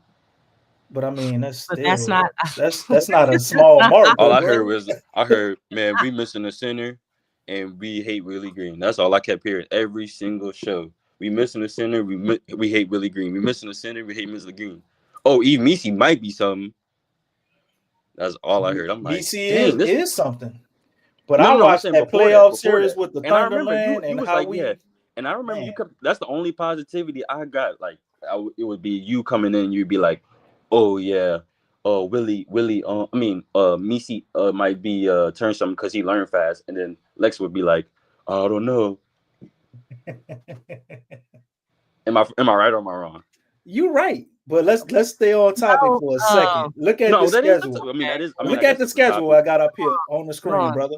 We play the Lakers, we play the Mavericks, we play the Cavaliers, we play the Warriors, we play the Pacers. Okay, maybe we can win that. Maybe we can win the Raptors. No, I think we could beat the Lakers tomorrow. The Lakers not all. I hate the Lakers. Ain't really. I mean, the coaching. They might coach us. That might be. That's the only thing that would be. But we matchup wise, they ain't really too advanced. I haven't seen the Pelicans score over 106 points in the fact. past 8 games, man. And they're coming off a back-to-back. Right. You got the Grizzlies. But I still think we could win. You got the Knicks. You got the Hawks, who we can't ever seem to beat, even when we got Brandon and Zion for some reason. You got the Suns. Then you got the Thunder again. Then we play the Spurs. Then we play the Rockets. Then we play the Knicks. Then we play the Nuggets. Then we play the Rockets. Then we play the Grizzlies. Bro. How am I supposed to be? And I be trying to be positive. They be calling me damage control. Right. That's the old name. They ain't call you that this season. Being realistic, bro. How can you be? Yeah. That is. How? That's a fact. Even if Willie Green wasn't the coach, we would still be in the dark area. But it'd probably be a lot more positivity because you probably can go and beat some of these teams that you shouldn't beat. But I don't see us doing anything special. It takes a good coach. It takes a good strategy. It takes intelligence. to be able to go up against some of these teams and be able to pull out a dub. I'm gonna let Lex talk to you, and we about to bring Jay Black in because I've been hogging the mic. All right, good. All right. Are we bringing Jay Black? Yo, what's up, Jay Black? You in here? Jay Black, how you doing? I'm good. That's what's up, man. Mm-hmm. So like y'all was saying like that y'all was saying that the team would be better off with a Zion led team than a BI led team. And then y'all was saying y'all was saying crazy stuff. I ain't gonna lie, y'all was talking crazy. Y'all said I never seen BI just go off and which I said never go off and get mad. Like dude didn't score 50 points against the Utah Jazz and take the whole game. Bro, that was 5 years ago, bro. That was okay. It wasn't, but you said you've never seen it. I'm like, but he didn't get mad that day. He went off. Yeah, but I didn't say he never went off. I said I never seen him get mad. He hit that shot. Yeah, hit that shot, tied it up, and then he was like, "Yeah." I was like, man. And then y'all just forget about the Ingram and stuff. Like we was saying Ingram, we was like, man, this Man, this I like BI, bro. No, I'm not saying you don't like BI. I'm just saying like you just like it. I feel like everything just washed away as soon as Zion come around. Like this nigga, he played 170 game season. He'll change the whole franchise. Like no, dude, this dude been doing this for 4 or 5 years. Nothing that he could be a cornerstone player like that. You could build a whole team around, specifically just him. And I thought he was that. I'm disappointed. I know. Yeah, he used to be like Jason Tatum and BI at the same time. Because when I was saying that, BI was like right there, and then everybody then kept going, and he stopped. Bro. Well, I mean, when I was saying that, Jason Tatum was like in his third year. When I was saying they're about the same age, huh? No, BI is probably 3-4 years older than him. I don't know, about 4 years, something like that. No, I mean, BI has been 9 seasons. Tatum's probably only like 4. Tatum's 26 right now. I know that for a fact. Tatum's 26. 26? Yes. What he did 2 years, 2-3 years at Duke? I ain't 26. No, he did 1 year at Duke. So he been in the league 6 years? I don't know how many years that equates to, but I know he's 26. I just know his age is 26. Because BI 27, and I mean this is his 9th year or 8th year. I don't need to figure out what year it is. I don't know. I've never really kept track. Anyway, in the year 9, right? Yep. So if Tatum's 26, then this got to be like year 7 or 8 for him. I don't know. Is crazy. But anyway, crazy. Man, It's everybody crazy you can look at too. Yeah, but they deserved it, man. They took it. You think they deserve it or they paid for it and they just had luck? I think it's more luck. What do you mean? What do you mean they paid for it? This team is worth half a billion dollars. I mean, every championship team, kind of run up the tab for the most part. Bro. They do. I'm not gonna say they do, but I'm just saying like it seemed like it's kind of extra paid for it with them. It seemed like how half the team literally half their team is on Team USA. Half the starting 5 is on Team USA. Well, that's what happened when you win a championship, bro. I mean, we've seen the same stuff with other teams. That ain't nothing new. I don't know. I never seen half the Spurs on Team USA. Well, half the team is I've never seen it. Yeah, that's funny. Miami Heat. Yeah, they probably had 3-4 people. Boston team. You know what I'm saying? Yeah. I never seen that. It wasn't on there. It happens. Oh yeah, but, I mean, Sprayly though. But yeah, Brandon Ingram, bro. Every turn where I look for him to bust out, I'm let down, man. Because like you don't think Thunder he played game, good today? I think he did a good job. I thought like he played good today, but I needed to see this against the Thunder. This is the team that put you in the dirt. They got you not being able to get a contract. Everybody talking all season, and you go out there, you only shoot 18 shots and get 18 points. So yeah, I would have respected it more if he took 30 shots and had 24 points. I'm like, damn, well, it just wasn't his night, but he was trying. Right. And we lost by what? What did they lose about 20 points, 18 points or something?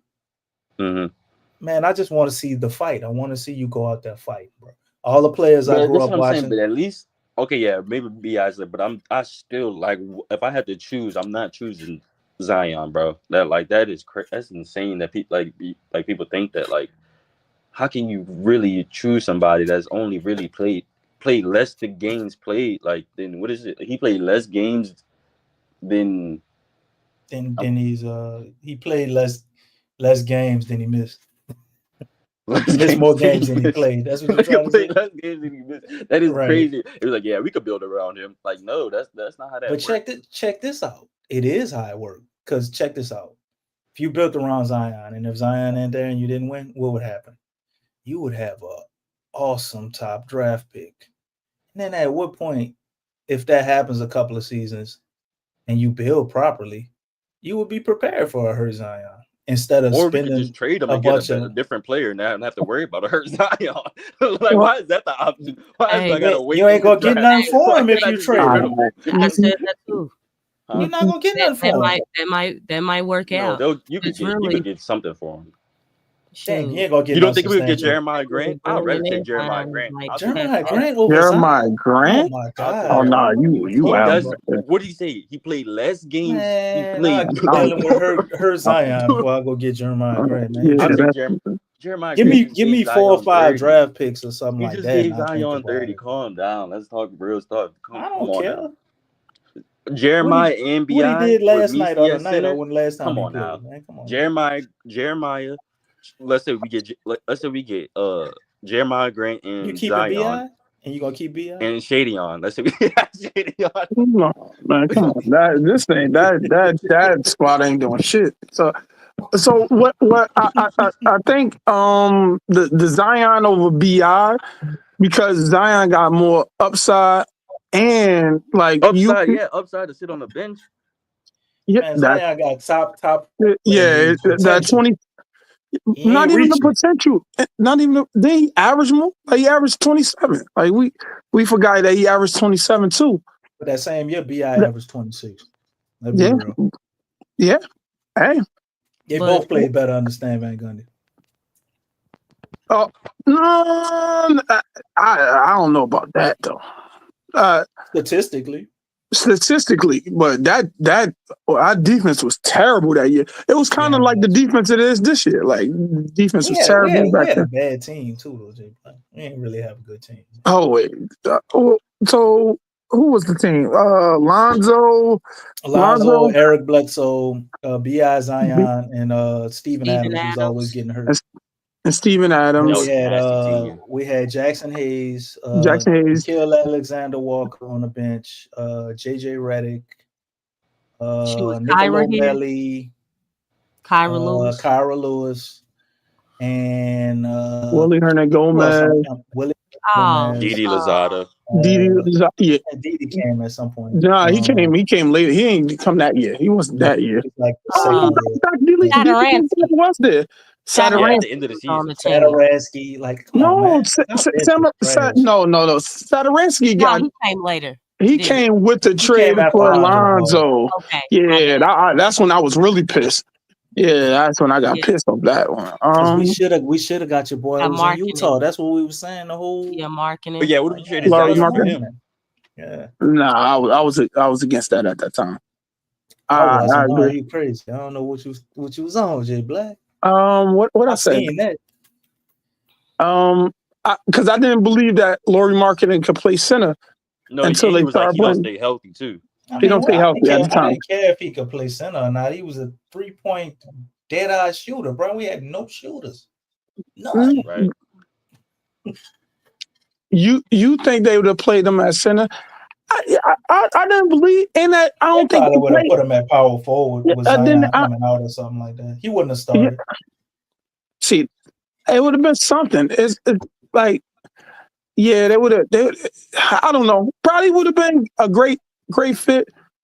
But a lot of stuff that we do, it'd be. It's something that I had a big problem with before. That's when I was saying, like, that coaching part, like when I said that when what's the kid from San Antonio that came here that we traded for? Oh, damn, what's his name on the tip of my tongue? He was from Miami, Richardson. Yeah. Richardson. He took trade minutes. Man. He came and took trade minutes, man. That was crazy. No, but back then, remember when I said. Watch, he come from San Antonio. He came from San Antonio. Yeah, you said that. I remember that shit. I was like, oh, he gonna come in. He gonna have the San Antonio like like little style right down, defensive style. He gonna get a bunch of steals. Then he gonna get coached out against steals. Like he started off with like 6 steals, 5 steals. He had multiple steal games, and then all of a sudden that shit disappears because they gonna change the way he actually plays to playing a certain style, and our style is not the gamble for stuff. It's more the save defense, keep you away from the basket, allow late contest threes. That's kind of our style. So once I seen that, I was like, oh yeah, it's a lot of coaching that coach people out of their style when they get here. So if you come here, you're aggressive, you gonna get that shit gonna stop. You're whatever you do, that shit stopping. Oh, that shit. You aggressive. If you're aggressive, you gonna come here. That shit gonna stop. You gonna turn docile, dog. Yeah, it's more like careful. Like it seemed like Willie Green is a careful coach, so he's careful on offense. So he's not aggressive with the You hear him about turnovers. When I hear them talk about turnovers, it's 2 ways you can look at turnovers. You can look at it as an aggressive turnover. Yeah, I was being aggressive with the ball. I was trying to move, and I lost the ball, or I was trying to be aggressive. They'll coach you out of that. They'll say, "Oh, I don't know. What's old dude that play aggressive? He play aggressive. Who? He play his heart out. Who? Brandon Boston? No, he don't play aggressive. He play like a light skin. God damn, De'Aaron Fox scored 60 points tonight. Shit. No, Javante Green. He don't take that many shots. No, but I'm talking about being aggressive. I'm not talking about shooting. Wait. What type of aggressive? I'm talking about like his hustle or something. He got hustle. Mindset. But he don't even hustle like he did last year. He's more careful with his defense now. Who? Javante Green. I think it's the way the system is, the way that the game plan is just. I'm saying he played hard. Like he played aggressive. Like Najee Marshall. Yeah, I like him. He makes little bonehead mistakes in. Oh yeah, that's because but he played out wild free. I don't know if you. So, if he was trying to score and he committed a turnover, you would think he'd get pulled, or you would think they'll let him play through it. They gonna let him play through it, Jay Black. Yeah, they'll let him play through it. Light just but if John Hawkins do it, he got to come out.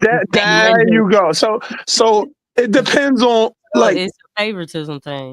It's a favoritism for a certain style. Like it won't be like universal. So if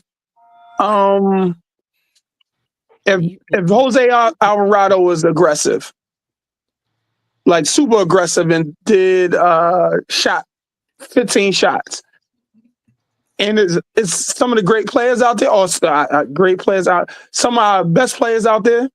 That next game you won't. You don't think that's just the NBA though? Like you don't think there's like a what's it called? Like a what's that is when you have like people that have like or like it like if you go like to a country club, you got to act a certain way. You know what I'm talking about? I don't know. No, I'm saying like obviously like if like say for this is a good example, but like say like Willie Hernan Gomez, like he could go out there and do like all he wants in Euro, but when he comes over here, he has to play a certain way. Like you don't think that's just how the league is? That is how the league is, but you're trying to win games, right? If you have a matchup problem, we seen it last year with Big V. If you got a matchup problem, like I believe we could beat OKC if we'd have fed Big V. That was my whole stance. Like they couldn't stop him, they couldn't do nothing with him, but they couldn't stop him. But you could attack him on defense. He's not fast of foot, but he gave you a problem. He was giving them a problem all series long, in my opinion. I don't know. That's what I seen. But we would never play through him enough. Yeah, but you're gonna slow down a game, and that's a fast-paced team. What? Slow? Who's a fast-paced team? OKC.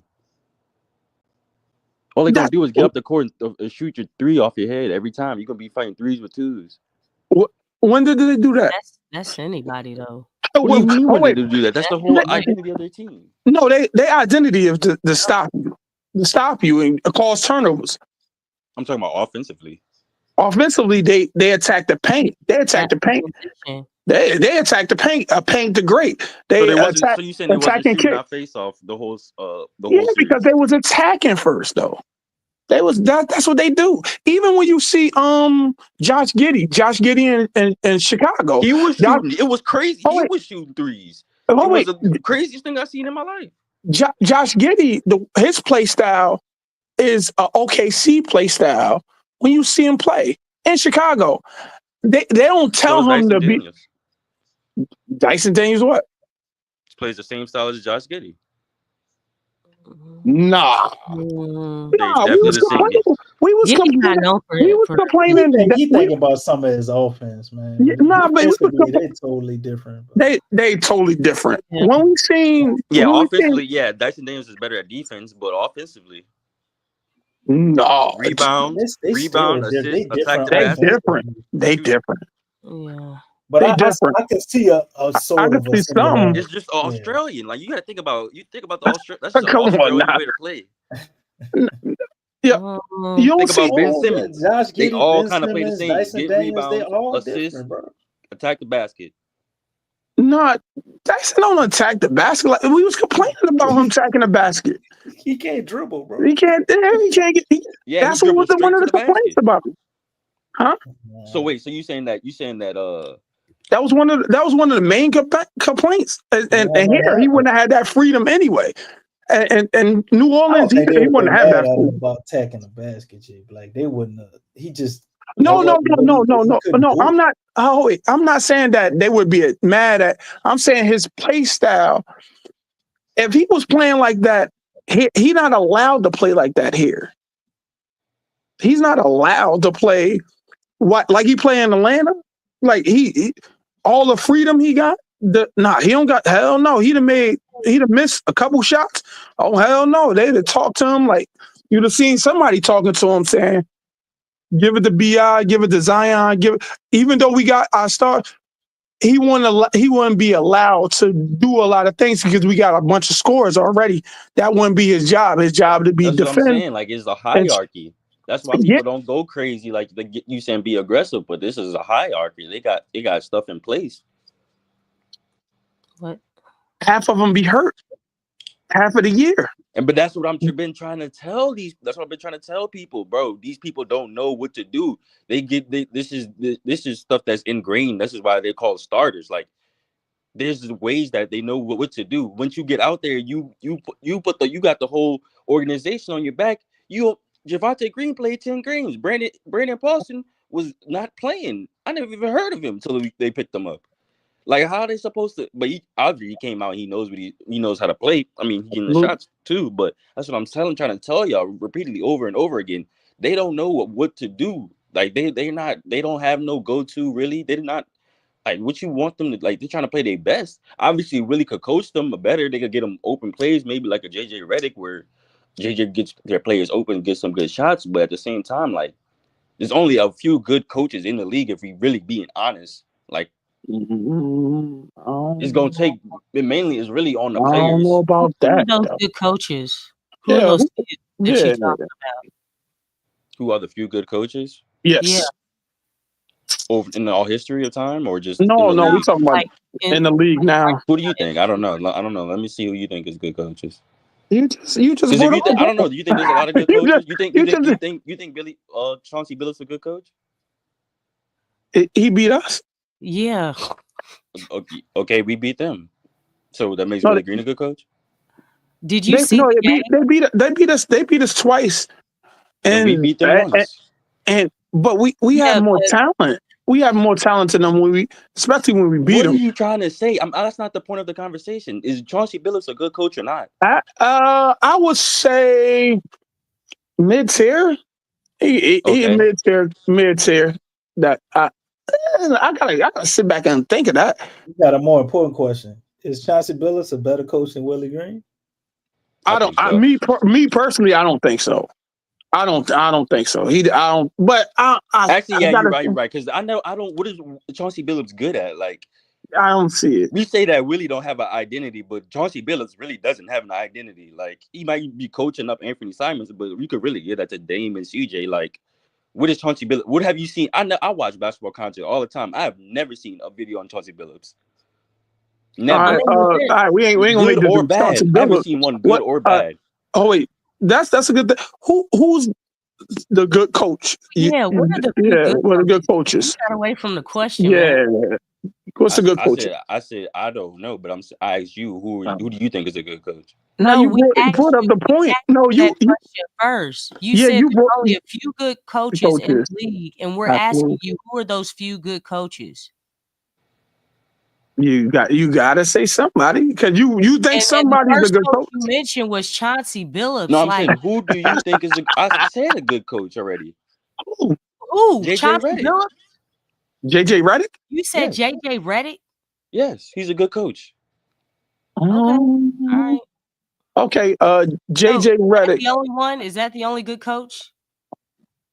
No, I said there's a few good coaches in the league. Yes. Okay, a few. Like, so you want me to name every single the coach only that I one? think is good? No, I mean like 2 or 3, man. 2 or 3.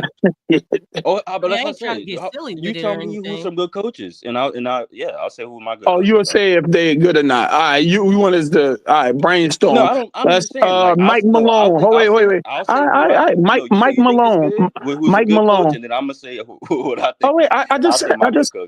Mike Malone, is he a good coach?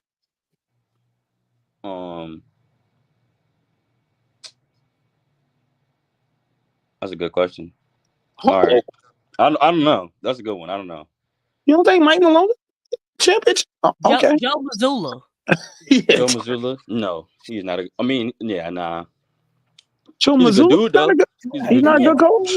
Okay, what about Atkinson? That's what I'm saying. There's only a few good coaches. Wait. JJ Redick, though? You throw out JJ Redick? JJ Redick? I'm telling you, Mike JJ Redick Malone. I watch JJ Redick film. I watch the Lakers. That's what I want.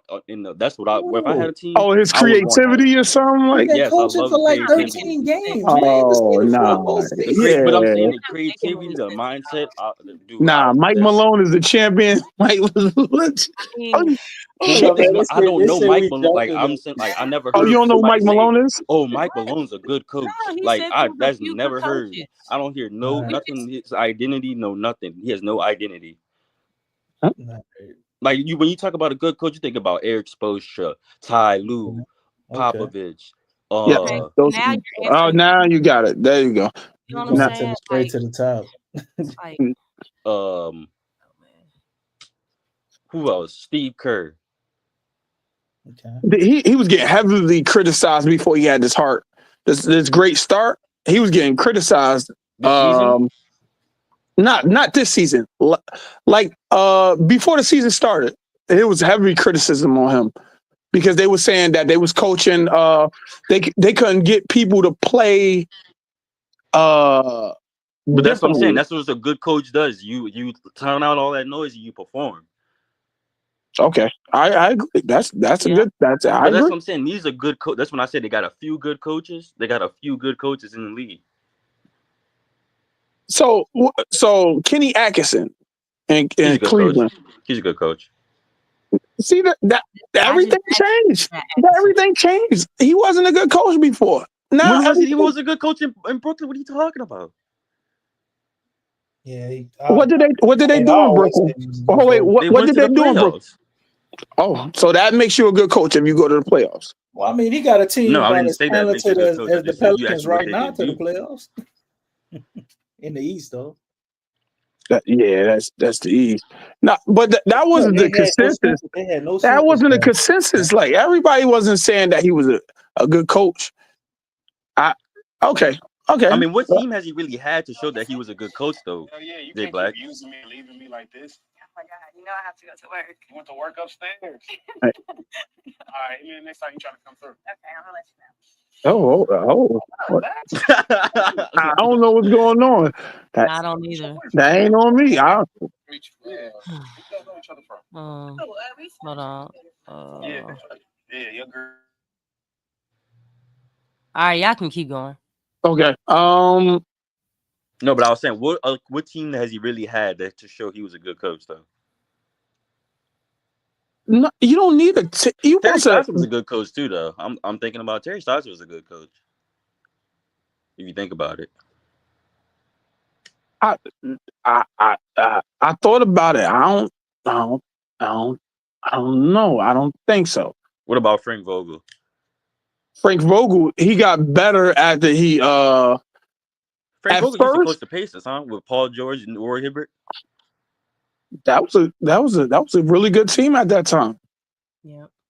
And then Frank Vogel won the championship too. Don't stop. I mean, no, when he came back. When he came back, yeah. Yeah. But who he went, he had to go somewhere. Where he was coaching? Golden State? Was he on the staff of Golden State? What team he was on? Before the Lakers? Oh, he was the Lakers. No, before he went to the Lakers. I think he was in. I don't know. I don't remember. He was on somebody coaching staff because that's what happens. It kind of they. That's what happened with Kenny Atkinson. Yeah, he was on Golden State. Yeah, that's he was on Golden State. That's what I'm saying. He had to go learn up a little bit from a good coach. But that's the problem. That's the difference. You was trying to compare, like y'all trying to compare Kenny Atkinson to Willie Green. That's not fair. That's not a fair comparison. Willie Green was an assistant coach for the Golden State Warriors too. Yeah, but Kenny Atkinson coached before he went to the Warriors. Yes, that's true. That's true. That's true. That's true. So it's not a really fair comparison. Nah, I mean, why is it not that? It's not a fair comparison. Coach for like 4 years this now. Was this was his first team that he coached. Kenny Atkinson been coaching in the league. Yes. Right. So it's kind of unfair. I can see why you can make it. I mean, I don't really see why you make it, to be honest. So you can't compare JJ Redick then. I said first year coach. I didn't compare. What are you talking about? I'm not comparing him to nobody. I'm just saying he's a good coach. I'm saying so. And with that train of thought, you can't compare JJ Redick. Okay, let's just talk about this, Jay Black. What do you think they should do with Zion? Me? Yeah, what they should do with Zion? Should they get rid of him or should they keep dragging us? They really can't do much with him. They can't because his trade value is. They could trade him to Milwaukee for Giannis and come on, stop. They're not going to trade that, especially when he hurt. And one of the same complaints that we have. But talent-wise, you probably would. Tank? Yeah. That's not happening here. Not with these many, and you can't sell that to people. You can't sell that. No, you can't sell that to the team. You can't sell that to BI. You can't sell that to BI. You can't sell that to I'm talking about Milwaukee might as well tank. Oh, I don't know. I don't really watch them. But what would I do with Zion? You got to keep Zion. You can't really do much. You can't do much. With unless you're saying you're going. He's not our number one. No, he's not. Oh wait. Would you want to keep him? Huh? You want to keep him? Hell, you can't do nothing else. What would you do? You can't trade him. I'm saying if there was a trade. Okay, let's say this: if there was a trade out there for him, that was good. Would you do it? What's the trade? Give me the hypothetical. Tell me a good one that you would do. That sounds good. It got to be one of the top. It got to be like a Joker or something. It got to be somebody like that. It can't be nobody like Joker in the same conversation right now. No, I said that style of people. Joel Embiid. That's what I want. I said Joel Embiid would be a good. They both injured. They really. Joel Embiid's on his way out. On his way out the league. Zion might have a little bit more time. But realistically, still. You can't really. A BI and Joel Embiid team would be devious. Do it get you a championship? I think it does. If some way, I don't know the contract, but if some way you could keep CJ, Trey, Herb, keep the same team, you just trade Zion for Joel Embiid. You saying that's a championship team? Shit, I don't know what else could do. I mean, in we the would have to West. put LeBron on it. In the West, you got to do this in the West. Put LeBron. Yeah, we definitely beating the bricks off of fucking OKC. They could get the fuck out of here. Beating the bricks off of Why the. would Philly Nah. trade Zion for Joel Embiid though? Like, Nah, I wouldn't. Because You don't think we'll beat the He's having OKC? like chronic knee problems right now. right, So, why would they yeah, go from one injury but prone player to another? another. hey, Because I he's wouldn't younger. I wouldn't be against the trade of Zion. You know what I'm saying? So Trade him and either Jay or. Hawk. I wouldn't want Embiid. I mean Yeah. the Giannis thing. I'll be like, okay, I'll be with that. But as far as any other player, it would have to be somebody who don't exist right now. Far as my thinking, it'd be like draft picks. Yeah, I don't think you're gonna find anybody with more potential. His age, with his potential, and what he possibly can be if he get things together. What, Wemby? Like, I mean, how many? There's not really any players. Why is everybody comparing him to somebody like that's somebody that's actually generational? Because like, what he does, So you saying Zion is not generational? I mean, so you don't want generational. Get something for Zion? Nah, I think he's generational. You didn't see something like this with a player. Like you don't see. Never. I don't know. It's like Derek. What? You said Dylan Brooks, Cam Whitmore, and Jabari Smith for Zion. Hell no. No. Hell no. Oh, that come with 4 or 5 picks. I think about it. Well, Zion does have a friendly. Lex, you called him Derrick Rose. It's like he like a cross between Derrick Rose and Shaq. I mean, that's a crazy combination, man. Like, what about we don't Chet? know Would what y'all it could take be. Chet for Zion? Chet? No. Chet. I fuck with Chet. I like Chet. I ain't mind. A Chet BI team is crazy too. Chet to me, without SGA, I don't think they're as successful. I think in that OKC is just that they got a culture in there that's top notch. Now, do you say he's a good coach? They coach in OKC? Dagnall is a good coach. Dagnall, yeah, he's a good coach. That dude coaches. Yeah, you'd be a fool if you don't say that. The way he gets them open for threes is insane. Okay. But what you think Bud's a good coach? Who, Bud? Mm-hmm. What? Which Bud? I don't know what Bud you talking about. What Bud? Mike Budenholzer. Oh yeah, yeah. A hell of a coach. Hell of a coach. I wanted us to go try to get him when they fired him, man. I wanted them here. Really? Who would have been better to coach Zion after coming from Giannis? Yeah, but you know what happened with that. Zion, man. He probably was way too expensive. You won't win, right? No, because we still got coaches on the books. Y'all know this organization is cheap and has made keep having coaches on the books decisions.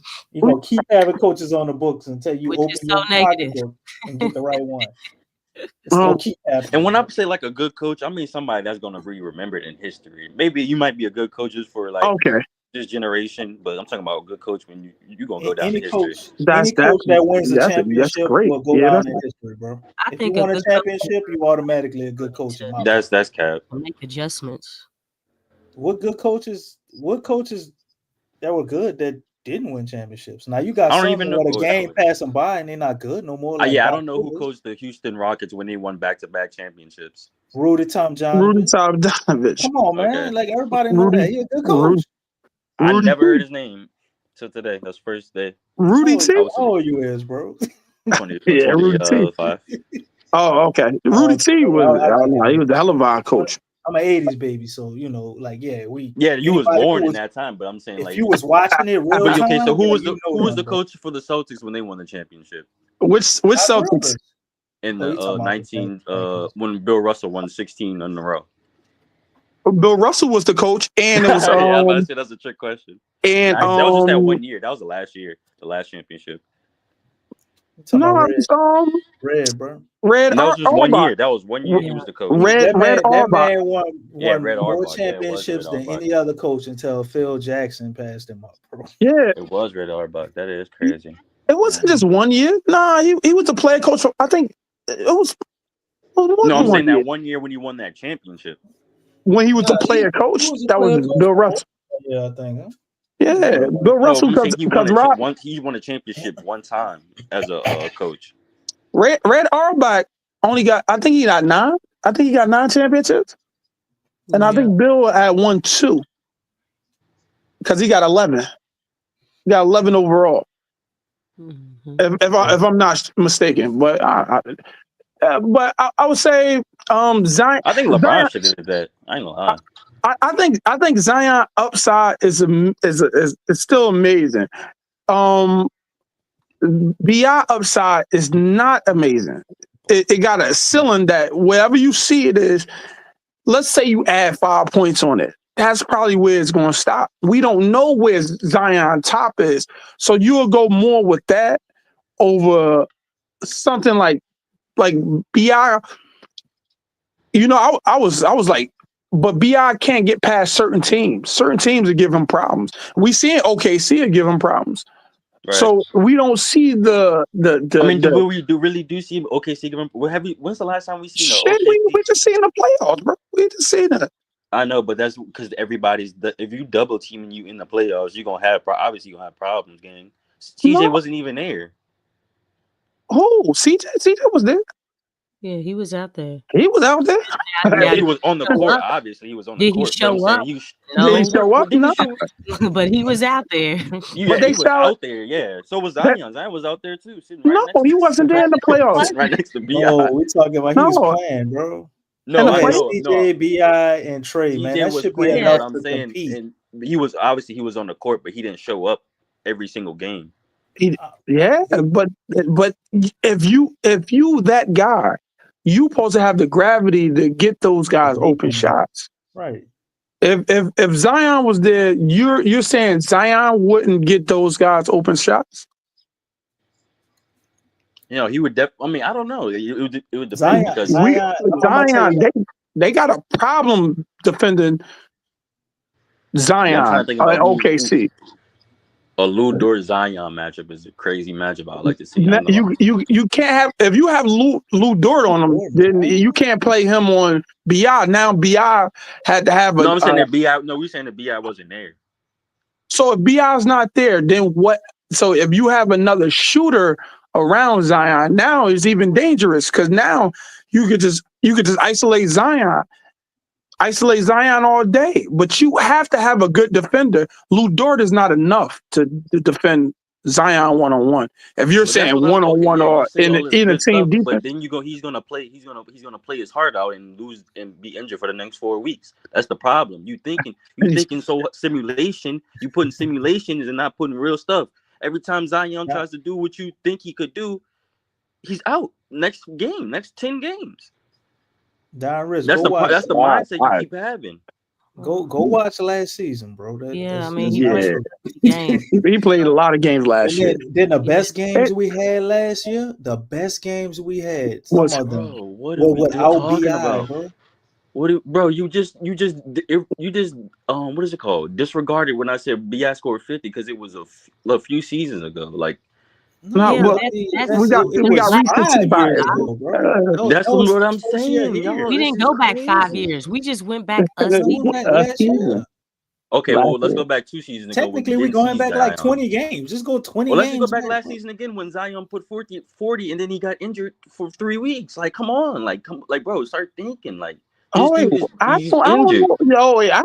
that. When the hell was that? He 40 and he went out for 3 weeks. When that happened? You talking about the playing game? You talking about the playing game?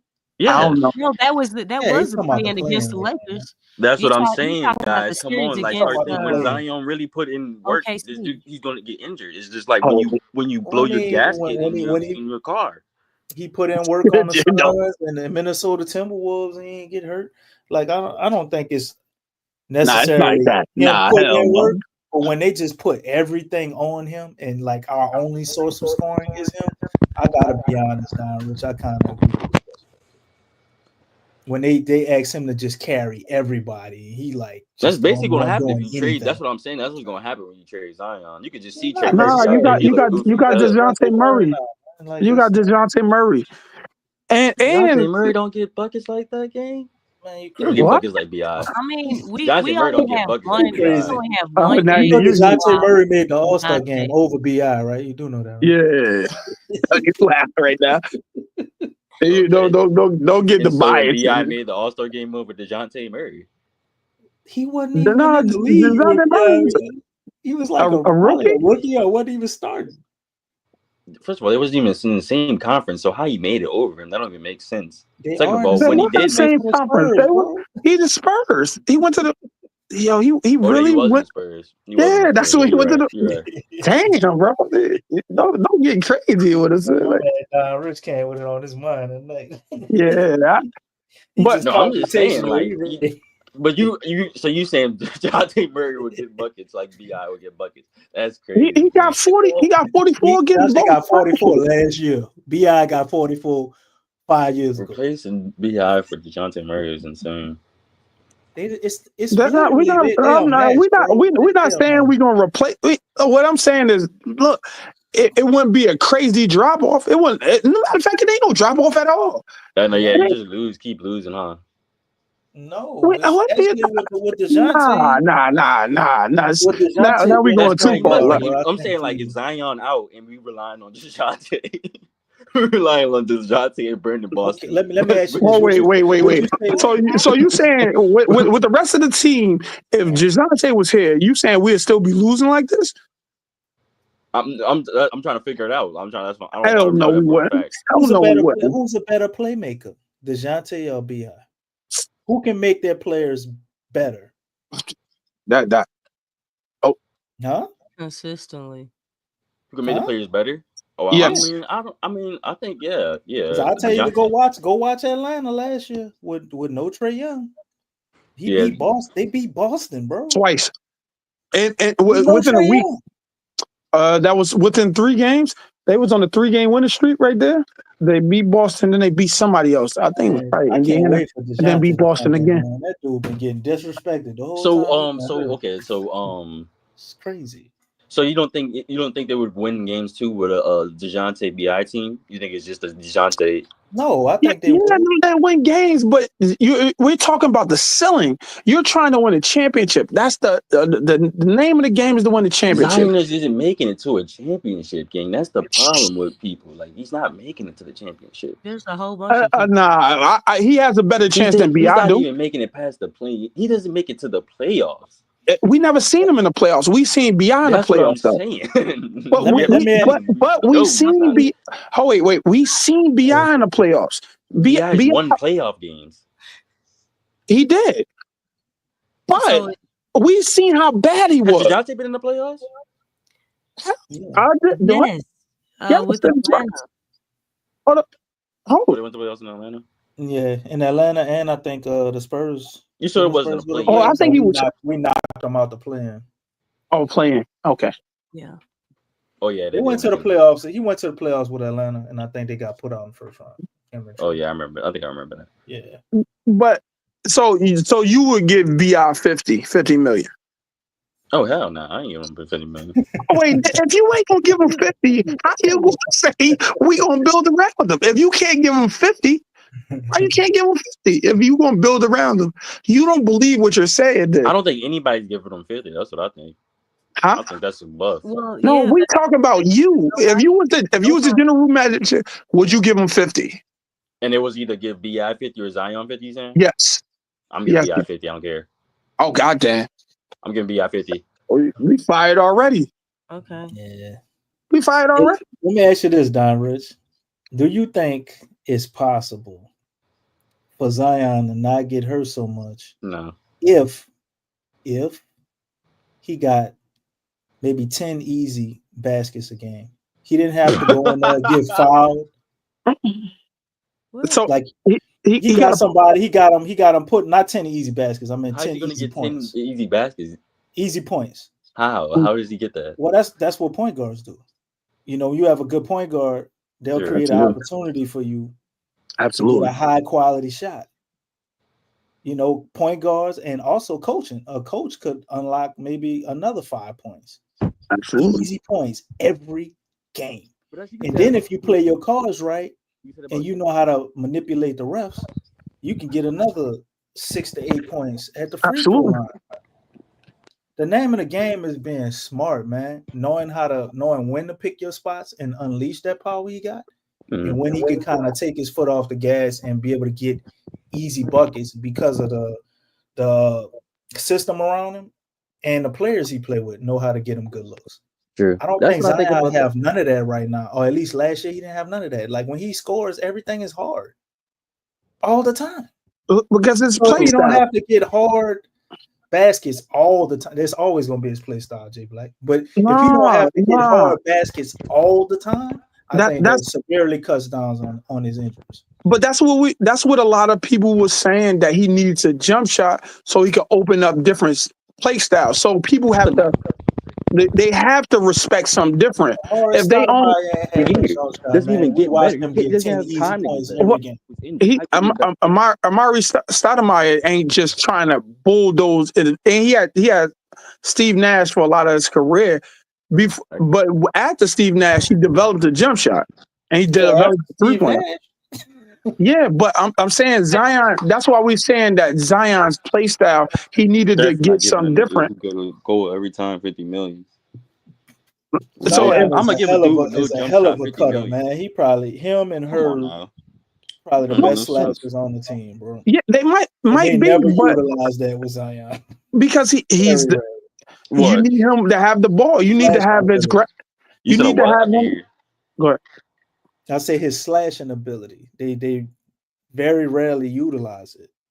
That's So a much so problem we with the don't point play guard. Zion like Zion ain't got coached up on nothing off ball. Zion still don't even know how to set a screen properly, bro. He's still messing up on screens. That's coaching. That's coaching. He's strong enough. He's fast enough. He's intelligent enough. Like, why you can't set proper But that's screens? the thing, DC. You can't be on the court to learn. You gotta be on the court to learn, gang. Been on the You court just long. say I mean, he missed more games. games than he They don't played. know how to set screen. He played 198 games in the NBA, bro. You should not set a screen. Come on. Yeah, you know how to set a screen. But I What said, you mean? That dude, Jackson Hayes, played every game, still didn't learn. we gotta go back. I think we're selling short. Jackson Hayes. Yeah. He called that Jackson boy a Hayes. paratrooper. Came up with a whole name, gave him a shoe line. Big Q, he called a paratrooper. Gave him shoes. What do you call the paratroopers? How y'all feel about what did they say? What He they still say don't set about screens though in the Lakers. He don't set no screens really. He ain't gonna never do it, bro. That's what I'm saying. Like, Jackson Hayes ain't Zion, bro. That's too different. No, nowhere near. but you got to think about it. But you only got one thing to worry about, gang. What is that? Set a screen and dunk. That's all he do. Nah, that's what it was. The palm tree. Wait, no, he would set the impatient screen. What was it? Yeah. That shit used to be so funny back in the day. Gang. That was funny. That's what I'm saying. They don't really be having as much jokes. It really just be jokes on DC all day. They don't really be joking on the players no more, man. I'm gonna tell that to Big Q, bro. I'm gonna tell Man, him. get that message back to Big Q, man. We need a joke with It's Javonte Green. too many pineapples and Yeah, too many pineapple. Every day is the pineapple, man. We heard that joke about 4 years. At least you come back with the Medea. I don't even hear no Medea jokes. What you think? What you think the reason is Zion like getting injured a lot? Like what would be your thought process of why he get injured a lot? Because I have my theory, but what's the point? Science, and then we about to get out of here, bro. He ate that spaghetti pasta. I don't know. That's nasty. Okay. So a lot of the older players are saying that they don't get trained hard enough in the off season. They don't train hard enough. They do. You know who never get injured really? Jason Tatum. He never get injured. I never hear Jason Tatum out. He play every single game. They were saying back in the days they used to do 2-a-days, and in the summer they don't do that no more. Actually, I think the NBA banned that. I think you can't even do 2-a-days. I believe. I don't know, but they stopped a lot of stuff that they were thinking was going to help the players, but it's actually hurting the players. It's more players injured right now than stars injured than ever in history. Like, we never seen this many stars hurt with soft tissue injuries. With soft tissue, it ain't just Zion. It's a lot of these motherfuckers is out. I think it's like you said, the lack of I think it's really training camp. We talked about this yesterday. Training camp in preseason, the way they revamped that, I think it destroyed the possibility of them coming in shape. So the first 10 to 15 to 20 games of the season, a lot of players still trying to get in basketball shape. Yeah. They can't do the explosive moves. So now they get hurt. And there's a lot of hamstring injuries too. I didn't know it was that many, but it's a lot. There's a lot going around, and that they're putting everything on Zion, but it's like other teams experiencing the same thing. So it ain't just him. I mean, Joel Embiid. I don't see Joel Embiid getting this injury game. Like, it's funny to make fun of him, but he at least be playing. He not playing right now. No, he's not playing right now. I thought he came back today or something. That shit. Come back today. He ain't played none of the season. No, he's supposed to be coming back soon. Man, Zion probably got more play games than him this year. This year, but I'm saying over in the fourth year, Joel Embiid wasn't this bad. The 4-year game. But you have to take into account how his first 4 years. He was out every year, bro. For his first 4. I don't know. He never had a 70 game year. His first 4, bro. So Zion stuff just spread out instead of being consecutive like Joel Embiid. Young Joel Embiid was crazy though. You can't lie. I think we what do you think we need? I think we need to trade Zion. Nah, get him out of here. That's crazy. Also, if we trade Zion, what? Because you got to take the money back. So we could get Giannis. I did the trade on the trade thing. We could get Giannis for Zion. We'll still be over the salary cap, right? Probably not by much. Not by much. What? I don't know what that means. Are we over the salary cap or no? Maybe, I don't know. Y'all might not agree with this. That's why I never said it. But I'm saying if we trade Zion for Jayhawk, get back. Maybe it was Jayhawk or somebody. It's pretty much even because what is Zion's making like what 36? And get back what? And get who? You got to get back something. And get Giannis? Yeah. They're not accepting that. But if they accept it, they accept that, okay. But what's another trade? Trade them for who else? Because I don't think that's a lot. I don't think they even think about that. Milwaukee, they won a championship with Zion, with Giannis. They're not trading. Get back Zion. That'd be crazy. Yeah, no, that's not happening. But I mean, what are they going to get from the Warriors? Kuminga? That's not realistic. That's not realistic unless he says he want to go there, and then they got to gut their whole team. They got to gut that whole team. Whatever they got now, he's gone. I ain't gonna lie. He is going, bro. He is out of there. He's out the front door. I get that, but it ain't gonna be here though. So what would you get? What would you give up Zion for? I just said. Because that's not realistic. Not realistic. I'm not going to rule it out just because you don't think it's realistic. Okay. Because I could just keep going. You could keep saying it's unrealistic. No, you can't. I mean, I'm not saying that you will, but I'm saying that you could. I'm more than championship players. What you think is a realistic? Tell me what's a realistic trade. You ain't gonna trade a superstar. I consider Giannis a superstar. Y'all call this dude Zion a super? You just called him a superstar, gang. Come on now. I never called him generational. You just called him generational. He's a generational talent, not a superstar. It's two different titles. Giannis is a superstar. I never said Zion was a superstar. He didn't accomplish anything yet to be deemed a superstar. He got superstar talent. I don't have superstars talent. That's the difference. It's a difference. Superstar talent. That's what you're saying. Absolutely. That's a fact. I'm not. That's why I wouldn't pay him $50 million. I don't know why you're trying to pay him $50 million. But So if Zion is he has superstar talent. He just don't have superstar accomplishments to me. But you said Zion has superstar talent now. You just say he didn't have superstar talent. Now you saying he does have superstar talent? I just said, I just said, did you hear what I said? No, that's what I'm trying asking you. All right. So I'm saying Zion has No, I thought I heard superstar. what you said, but I guess I didn't. Yeah, Zion has superstar talent, Okay. but he doesn't have superstar accomplishments. You have to win a championship, in my opinion, to be a superstar. Or you have to get to the finals. Okay, You so gotta, you wouldn't take a superstar talent with your pick back?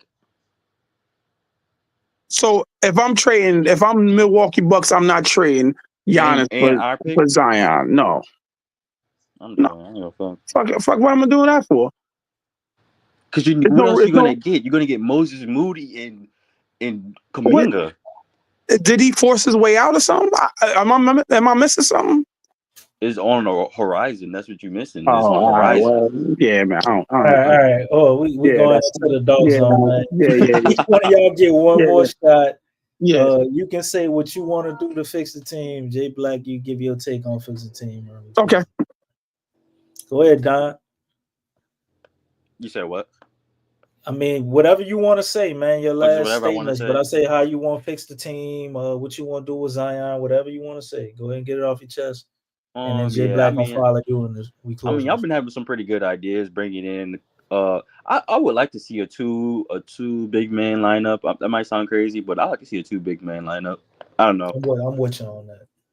But like you said, bringing I Makovich. like Makovich, man. Try to give Makovich a shot. Makovich, Jemison lineup, or something like that, or maybe even because he's on a team right now. What's his name? A Tyson Misi lineup. I think that's cool. I don't think that's feeding nothing, but I mean, you might get a open 2 in a corner from every once in a while.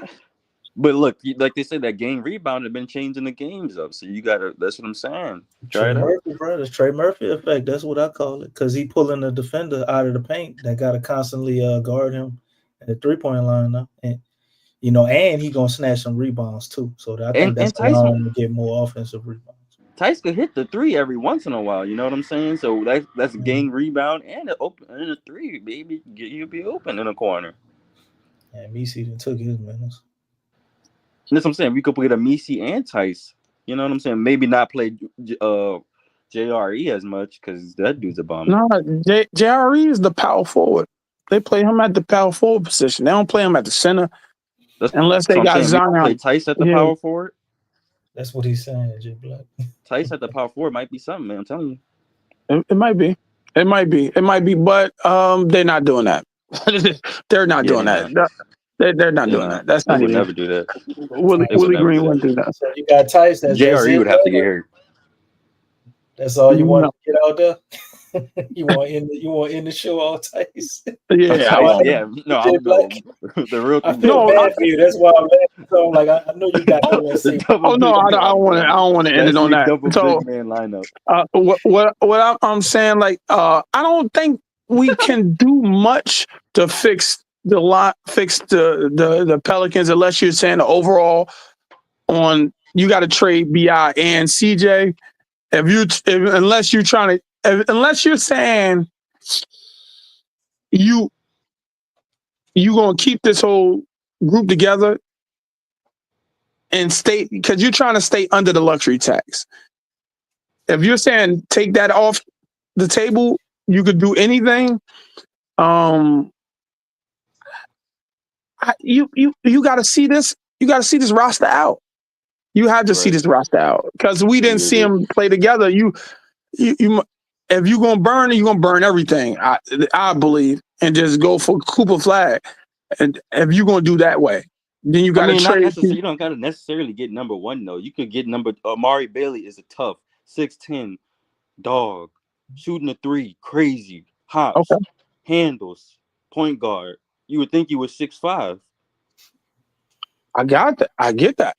But if you're saying, you trade Zion or you trade BI, you're looking Well, You're gonna have to trade BI game. I'm telling you, they're not going to do that. Why wouldn't they trade BI? The longer they wait, the harder it is to trade him Yeah. and actually get a good What you mean? He's return. playing good this year. Okay, Who well, if I'm a wants team him? that want him, I'm gonna just let him sign with me in free agency. The free agency. Why would That's I? a fact. And plus, last year, I told you last year, they're not doing that no more. They're not just doing lopsided trades to make you happy. It gotta Like, you be got to, somebody who want him right now for what they're doing this season. this season, and they got to You think be, Minnesota would trade for him? who would they give up? Randall. Try to get us Zion. They're Give not up giving Randall. up. They're not giving up Randall for him. And we got Zion already. Why would What we you get think? a Who you think Randall? is better, Randall or BI? I don't care who's better. But you got to make it make sense here. You got to make it make sense here. We already had Randall here, and we could have kept Randall. That's a They fact. didn't even look to keep Randall. Third They- team. Huh? Third team. Yeah. Yeah. I think we got to see this team with DeJounte Murray. He could go to Houston. I'd rather trade him to Houston. They denied a lot of the trades. We wanted to trade with them. We wanted to trade. We was talking about Sagoon.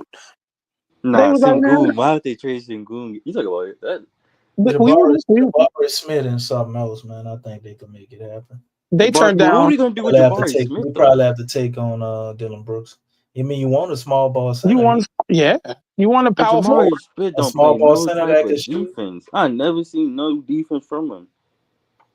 I don't care about how We don't care about that. his defense can get better, but I'm looking that he's like a 6'10" guy. He can hit the three. Somebody that can play next. But to I could have drafted that. Where? Amari Yeah. Bailey. That dude Amari Bailey 6'10". That's only if we get. Killing. I'm You're telling you, talking Amari about the Bailey's top. killing. You're talking about the top in the draft. So you're saying we got to get the top 5 picks in the draft? Shit, that's what we had right now. I mean, it ain't too off. It ain't crazy. What's your Right, picks? they ain't that. I say we got to let this ride out and Yeah, see you let it what. ride out. You're gonna be right there. You gonna be right there. Drafting Cool.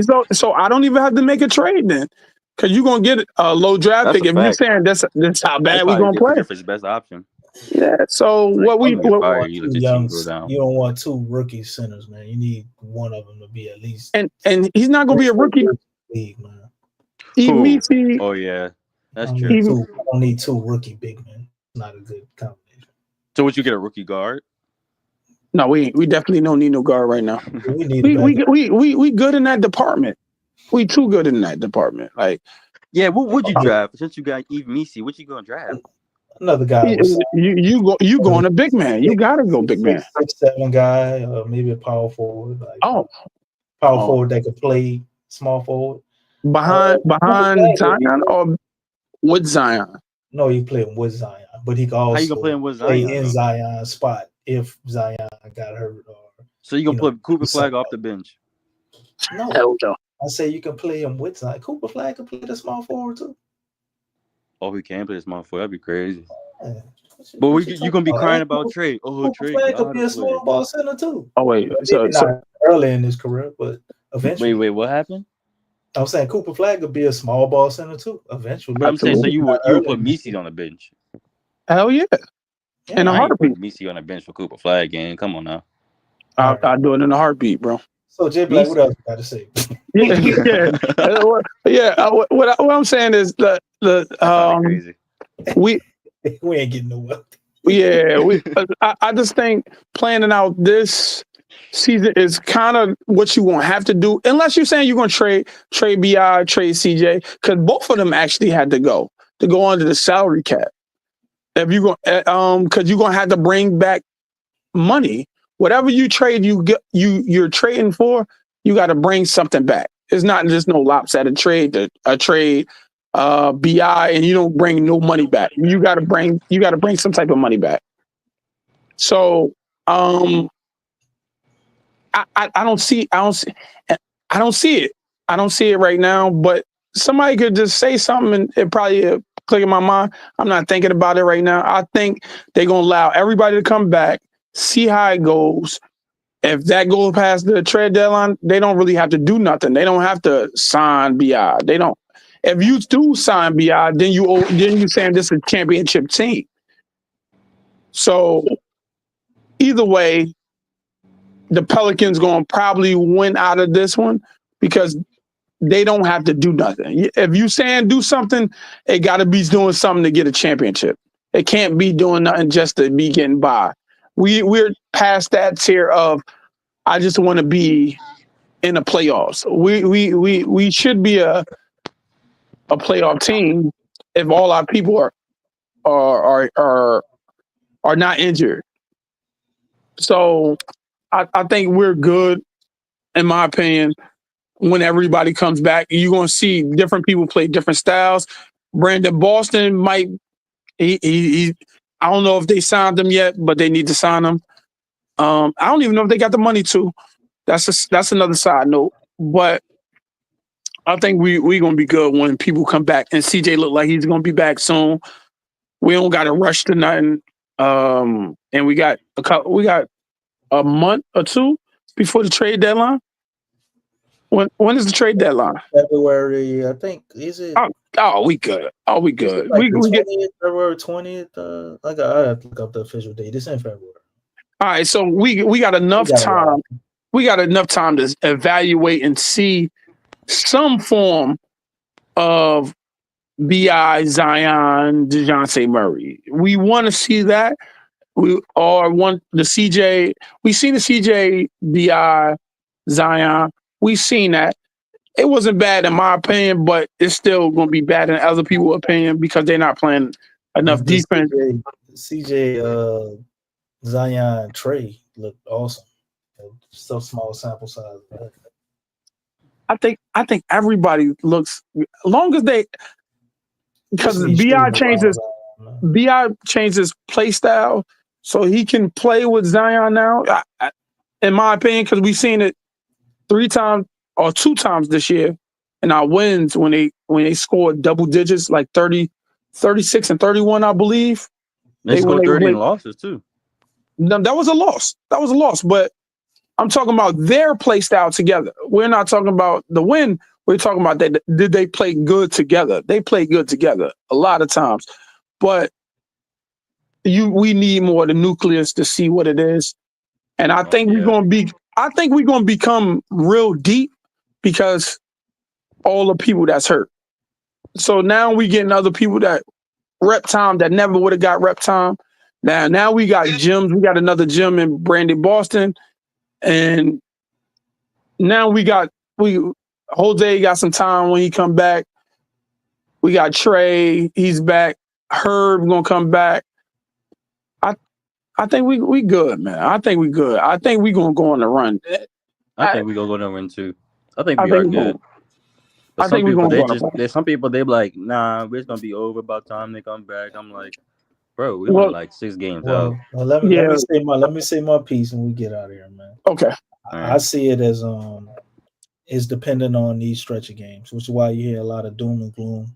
You came in here, Don Rich, asking about the show, because I understand if the Pels go 4-15 or 4-20, it don't matter what we do, man. It'll be, you know how much of a Herculean effort it'll take to make the playoffs starting 4-20.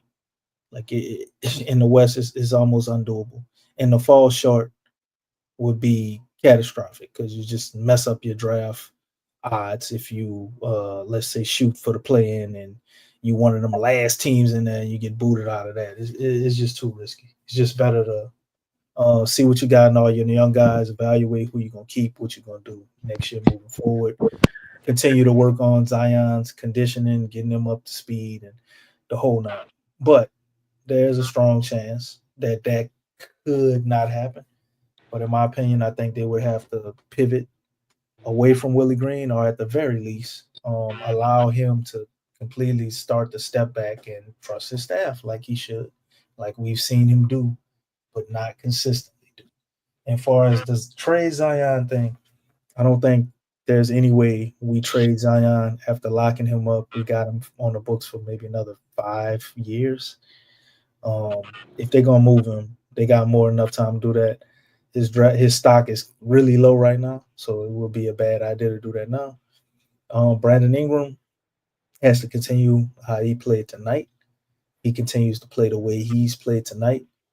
Maybe he does find a new home and we're able to get something for him. Obviously, it'll get better when a guy like DeJounte comes back, and I think we're in a real sweet spot for DeJounte to come back and be able to play with BI.